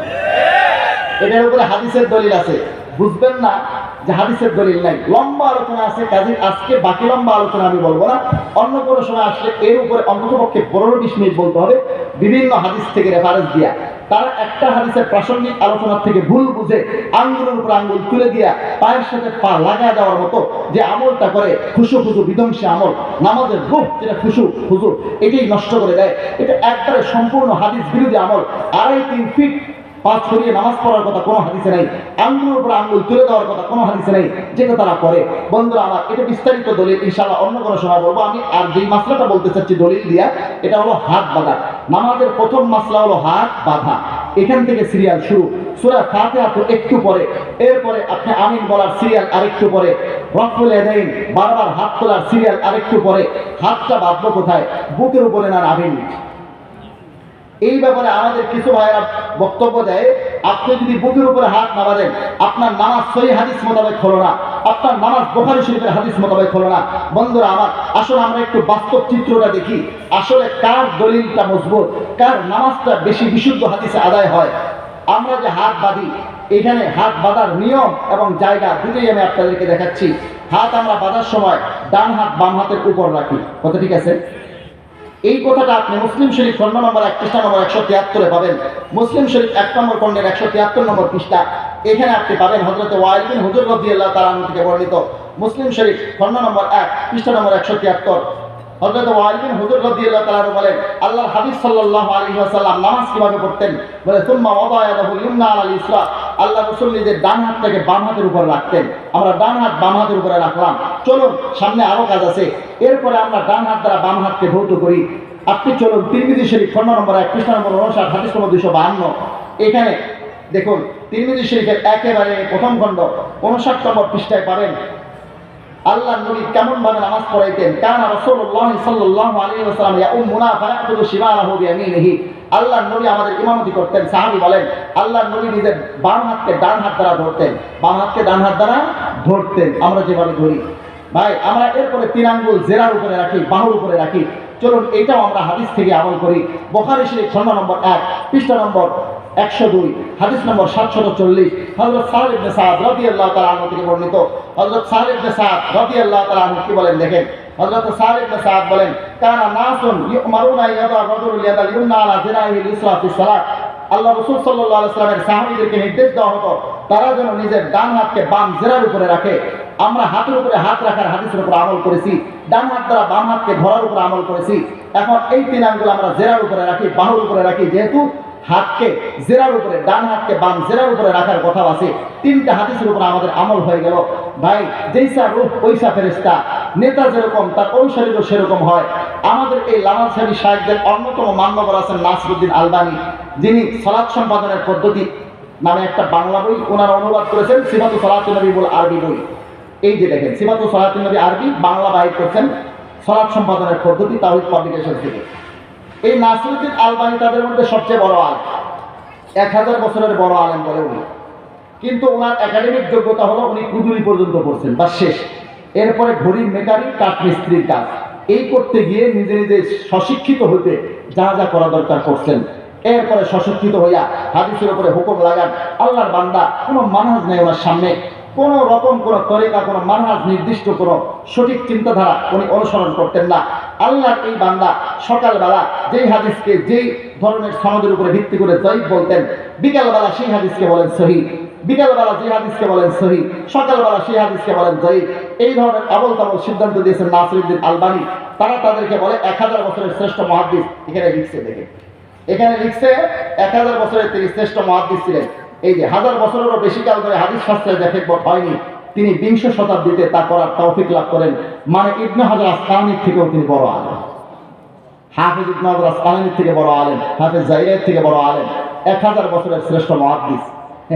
এখন এই 1000 বছরের শ্রেষ্ঠ মুহাদ্দিস কি বলছে জানেন? ডান হাতের উপরে বাম হাত রাখা, এটাও হাদিসে আছে। ডান হাত দ্বারা বাম হাত ধরা, এটাও হাদিসে আছে। জেরার উপরে হাত রাখা, এটাও হাদিসে আছে। কিন্তু 3টা হাদিস মিলে যে একত্রে আমল করে হানাফিরা, এটা বেদাত। আচ্ছা বলেন তো দেখি, 3টা কথা যখন হাদিসে থাকবে, এই 3টা কথা একসঙ্গে আমল করতে গেলে বেদাত কোন আক্কেলে হয়? কত বড় জাহেল হলে এই ধরনের কথা বলতে পারে? ঠিক আছে, আমি এবার 3 কথাকে এক হাদিস থেকে দেখাচ্ছি। চলুন নাসাই শরীফ খণ্ড নম্বর 1 পৃষ্ঠা নম্বর 141 হাদিস নম্বর 888। নাসাই শরীফ 1 নম্বর খণ্ডে 141 নম্বর পৃষ্ঠা 888 নম্বর হাদিসে এখানে হযরতে ওয়াইল বিন হুজর রাদিয়াল্লাহু তাআলার একটি হাদিস আছে। তিনি বলেন আল্লাহ রাসূল সাল্লাল্লাহু আলাইহি ওয়াসাল্লামের নামাজ দেখার জন্য আমি একদিন মনে মনে বললাম, কুলতু লান দুরান্না ইলা সালাতি রাসূলিল্লাহ সাল্লাল্লাহু আলাইহি ওয়াসাল্লাম কাইফা ইসাল্লি। আল্লাহ রাসূলের নামাজ আজকে অবশ্যই আমি লক্ষ্য করব, আল্লাহ রাসূল কিভাবে নামাজ পড়েন। ফানাযারতু ইলাইহি, আমি ভালো করে লক্ষ্য করলাম। ফাকামা, আল্লাহ রাসূল দাঁড়াইলেন। ফাকাব্বারা, আল্লাহ রাসূল তাকবীর দিলেন। ওয়ারাফা ইয়াদাইহি হাত্তা হাদাতা বিউযুনাইহি, আল্লাহ নবী 2 হাত তুললেন, একেবারে কান বরাবর তুললেন। তারপরে কি করলেন দেখেন, এরপরেরটা খেয়াল করেন। সুম্মা ওয়াদা ইয়াদাহুল ইয়ুমনা আলা কাফিল ইউসরা, এরপরে আল্লাহ রাসূল নিজের ডান হাতকে বাম হাতের তালুর পিঠের উপরে, ওয়ার রুসলি এবং কবজির উপরে, ওয়াসাইদি এবং বাহুর উপরে রাখলেন। ওই 3টে কথা একসঙ্গে, যেই 3টা আলাদা আসছিল এখানে একসঙ্গে আসলো। আল্লাহ নবী ডান হাতকে বাম কবজির উপরে, বাম হাতের তালুর পিঠের উপরে, কবজি এবং বাহুর উপরে রাখলেন। ঠিক আমরা যেভাবে নামাজ পড়ি ঠিক সেভাবে। বন্ধুরা আমার, হাত বাঁধার এই নিয়ম আমাদেরটা আমি দেখাইলাম। ওদেরকে বলেন বুকের উপরে যে হাত বাঁধে, এই পদ্ধতিটা কি হবে? এর পদ্ধতি তারা বলতে পারবে না, কারণ তারা 7 জন যদি বুকের উপরে হাত বাঁধে, 7 জনে 7 রকম বাঁধে। একজনে বাঁধে এরকম, একজনে বাঁধে এরকম, এক একজন এক এক রকম বাঁধে। কথা ঠিক না বাকি? মুসলমান ভাইরা আমার, এবারে চলুন দেখি হাতটা রাখবেন কোথায়। প্রথমে বুখারী শরীফ থেকে আমাদের দলিল আমি দেখাবো। বুখারী শরীফ খণ্ড নম্বর 1 পৃষ্ঠা নম্বর 159। বন্ধুরা আমার, এটা হলো মেইন কিতাব। আর ওনাদের তাওহীদ পাবলিকেশন থেকে ছাপা সহিহুল বুখারী বঙ্গানুবাদ যেটা আছে, সহিহুল বুখারী বঙ্গানুবাদ তাওহীদ পাবলিকেশন থেকে ছাপা এই সহিহুল বুখারী বঙ্গানুবাদের মধ্যে আপনি পাবেন 1 নম্বর খণ্ডের 579 নম্বর পৃষ্ঠায় এই হাদিসটা। আমি ওনাদের ছাপা শব্দে, ওনাদের ছাপা অনুবাদে আপনাদেরকে শোনাচ্ছি। চলুন 579 নম্বর পৃষ্ঠা প্রথম খণ্ড, তারা এই হাদিস শরীফটা উল্লেখ করেছে।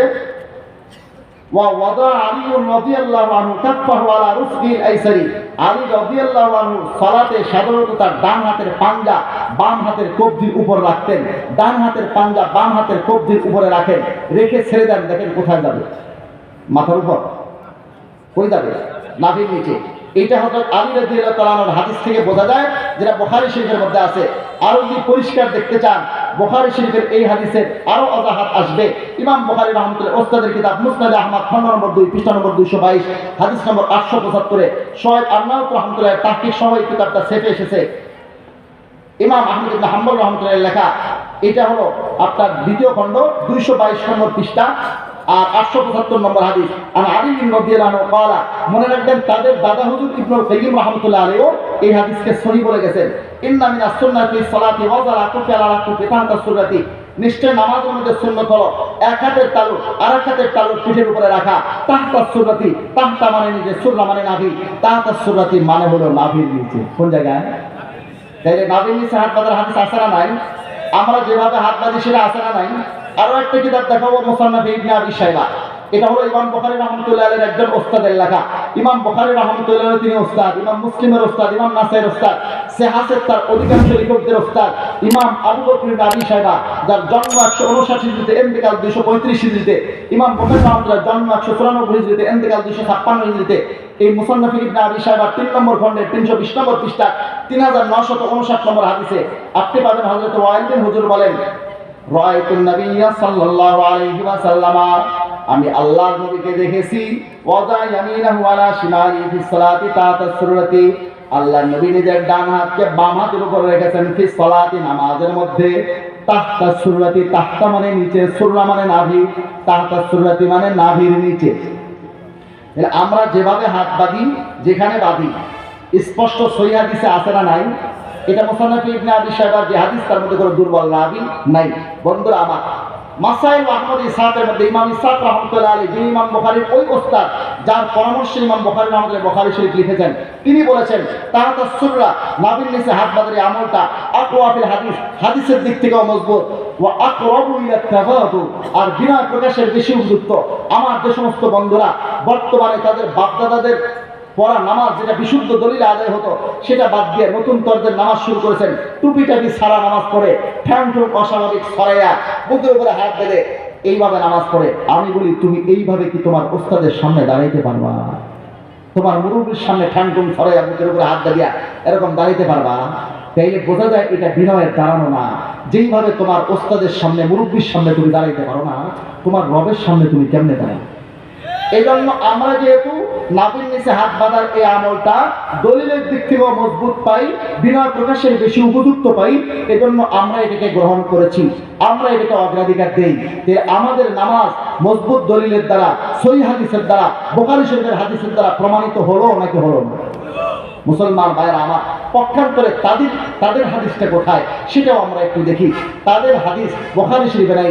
বুখারী শরীফের বাইরে বুকের উপরে হাত বাঁধার হাদিস বুখারী শরীফ বাদ দিয়েও আরো যত হাদিসের কিতাব আছে, কোন কিতাবের মধ্যে সহিহ সনদে, এমন সনদে যেই সনদের মধ্যে কোনো দুর্বল বর্ণনাকারী নেই, এরকম কোন একটা সনদে বুকের উপরে হাত বাঁধার কোনো হাদিস নাই।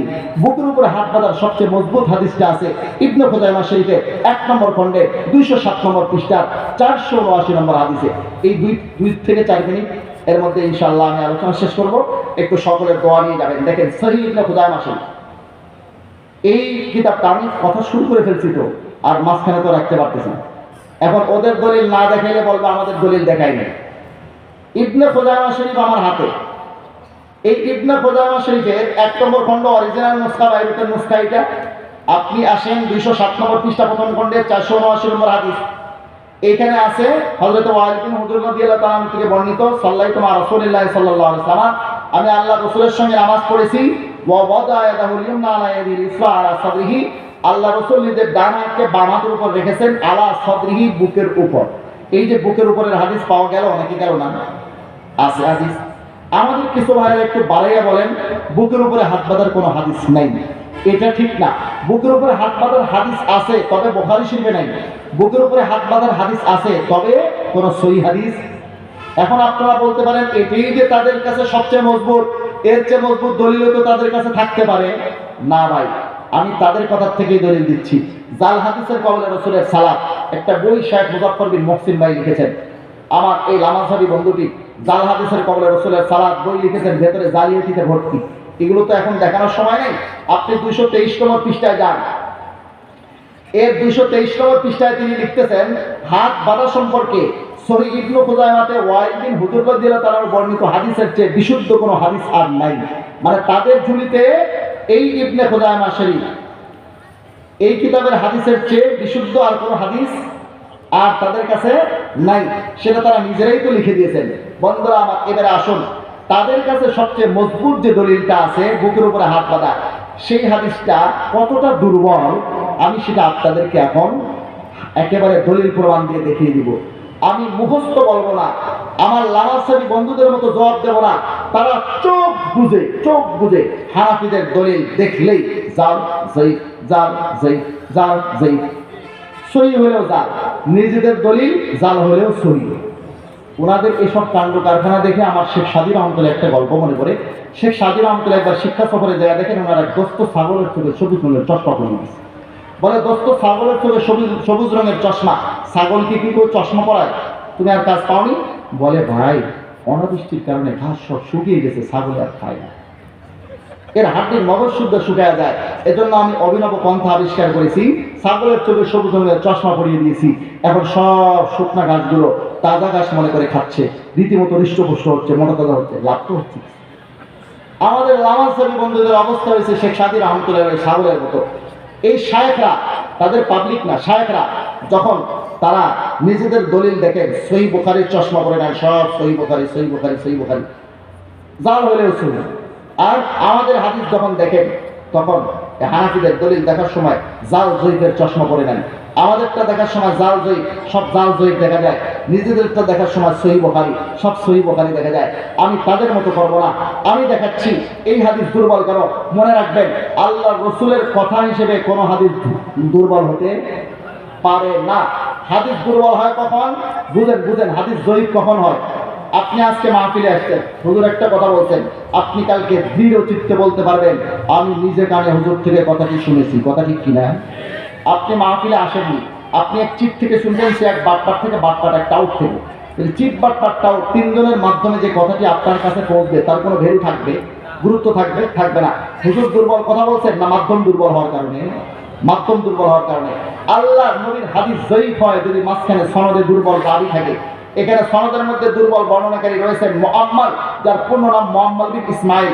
উনি যে দুর্বল, এই কথাটা যদি আমার কাছে আসমাউর রিজালের যে কিতাবগুলো সবসময় থাকে, তাকরিবুত তাহজিব, তাহজিবুত তাহজিব, সিয়ারু আলামিন ওয়ালা, মিজানুল ইতিদাল, লিসানুল মিজান, এই কিতাবগুলো থেকে যদি আমি দেখাই, তাহলে ওনারা বলবেন তারাও তো কোনো না কোনো মাযহাব মানত। এজন্য তাদের সবচেয়ে মান্যবর নাসিরউদ্দিন আলবানী রাহিমাহুল্লাহ। এই নাসিরউদ্দিন আলবানীর লেখা কিতাব সৌদি আরবের রিয়াদ থেকে ছাপা, এর কোনো দেওবন্দি ছাপাও না, সৌদি আরবের রিয়াদ থেকে ছাপা নাসিরউদ্দিন আলবানীর এই কিতাবটা দেখেন লাল কালারের, সিলসিলাতুল আহাদিসিদ দাঈফ ওয়াল মাওদুআ। তার প্রথম খণ্ডে 211 পৃষ্ঠায়, দ্বিতীয় খণ্ডে 293 পৃষ্ঠায়, তৃতীয় খণ্ডে 227 পৃষ্ঠায়, চতুর্থ খণ্ডে 455 পৃষ্ঠায় শেখ আলবানী রাহমাতুল্লাহ আলাইহি বুকের উপরে হাত বাঁধার এই বর্ণনাকারীকে তুলো ধুনো করেছেন। দেখেন কতটা দুর্বল বলেছেন। বুকের উপরে হাত বাঁধার সবচেয়ে মজবুত হাদিস। তিনি এর রাবি মুআম্মাল ইবনে ইসমাইল সম্পর্কে বলেন, ফাইন্না মুআম্মাল ইবনে ইসমাইল সাদুকুন কাসীরুল খাতাই। মুআম্মাল ইবনে ইসমাইল কথাবার্তায় সত্যবাদী হইলেও হাদিস বর্ণনার ক্ষেত্রে খুব বেশি ভুল করতেন। দ্বিতীয় খণ্ডে 293 নম্বর পৃষ্ঠার মধ্যে তিনি বলেছেন, মুআম্মাল ইবনে ইসমাইল ফাইন্নাহু দাঈফুন লিসুহিবজিহি ওয়া কাসরাতি খাতাইহি।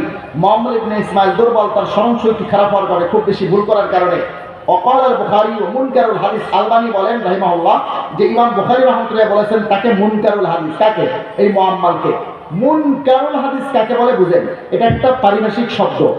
পারিভাষিক শব্দ, এর ব্যাখ্যা হলো মুনকার মানে পচা। মাছ যদি দুর্বল হয়ে যায়, আপনি পেঁয়াজ মরিচ তেল দিয়ে ভালো করে তেলানি দিয়ে খাইতে পারেন, মাছ যদি পচে যায় এটা কি খাওয়া যায়? রাবি একটা আছে দুর্বল আর একটা আছে পচা। জয়ীফ মানে দুর্বল, মুনকার মানে পচা। মুনকার জয়ীফ থেকেও দুর্বল রাবিকে বলে।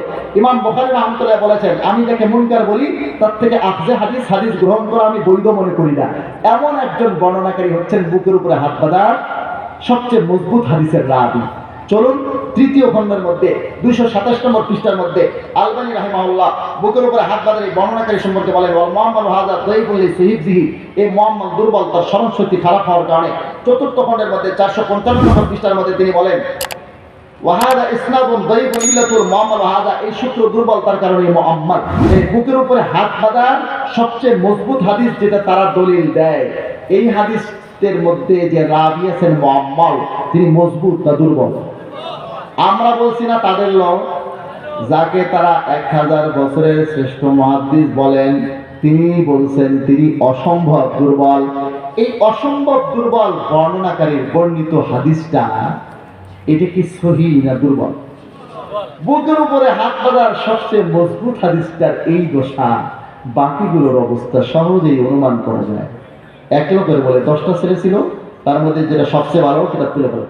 সবচেয়ে ভালো, এটা যখন পেশাব লাগতো গাছের মাথায় উঠে মানুষের মাথায় পেশাব। কোনটা এটা? 10 ছেলের মধ্যে সবচেয়ে ভালোটা। বাকিগুলোর কথা সহজেই অনুমান করা যায়। বন্ধুরা আমার, বুকের উপরে হাত বাঁধার মাসলাটা তাদের এই অবস্থা হওয়ার পরেও আমরা জানি দুর্বল মানুষ হইলে সে মানুষই থাকে, ভেড়া ছাগল হইয়া যায় না।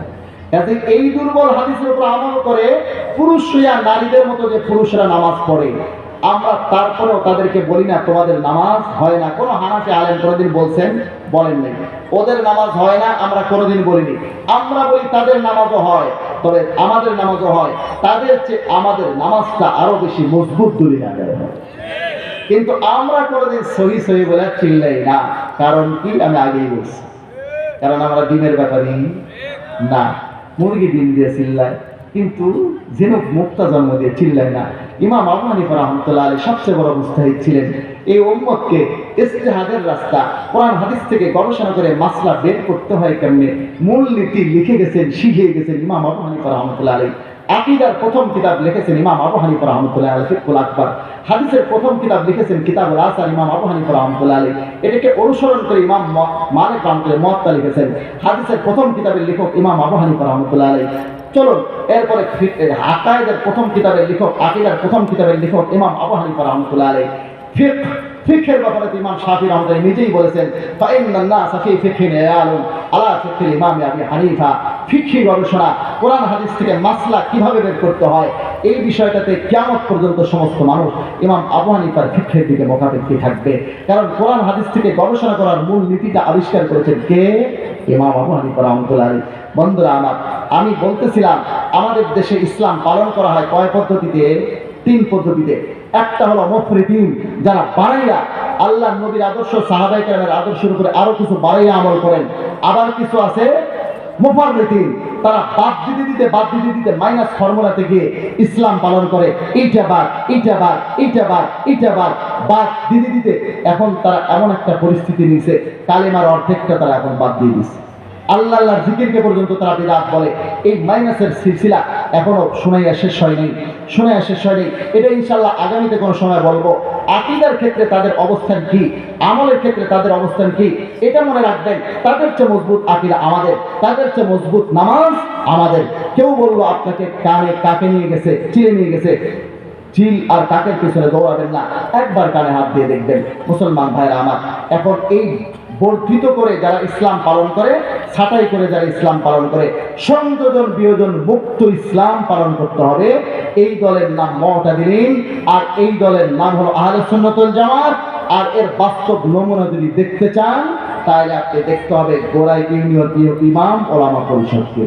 এখানে যারা থাকেন তারা সহি আকীদা আমল লালন করেন এবং এই বাড়াবাড়ি সারাসারি মুক্ত আহলুস সুন্নাহ ওয়াল জামাত সঠিক আকীদা আমলের উপরে চলতে চেষ্টা করেন।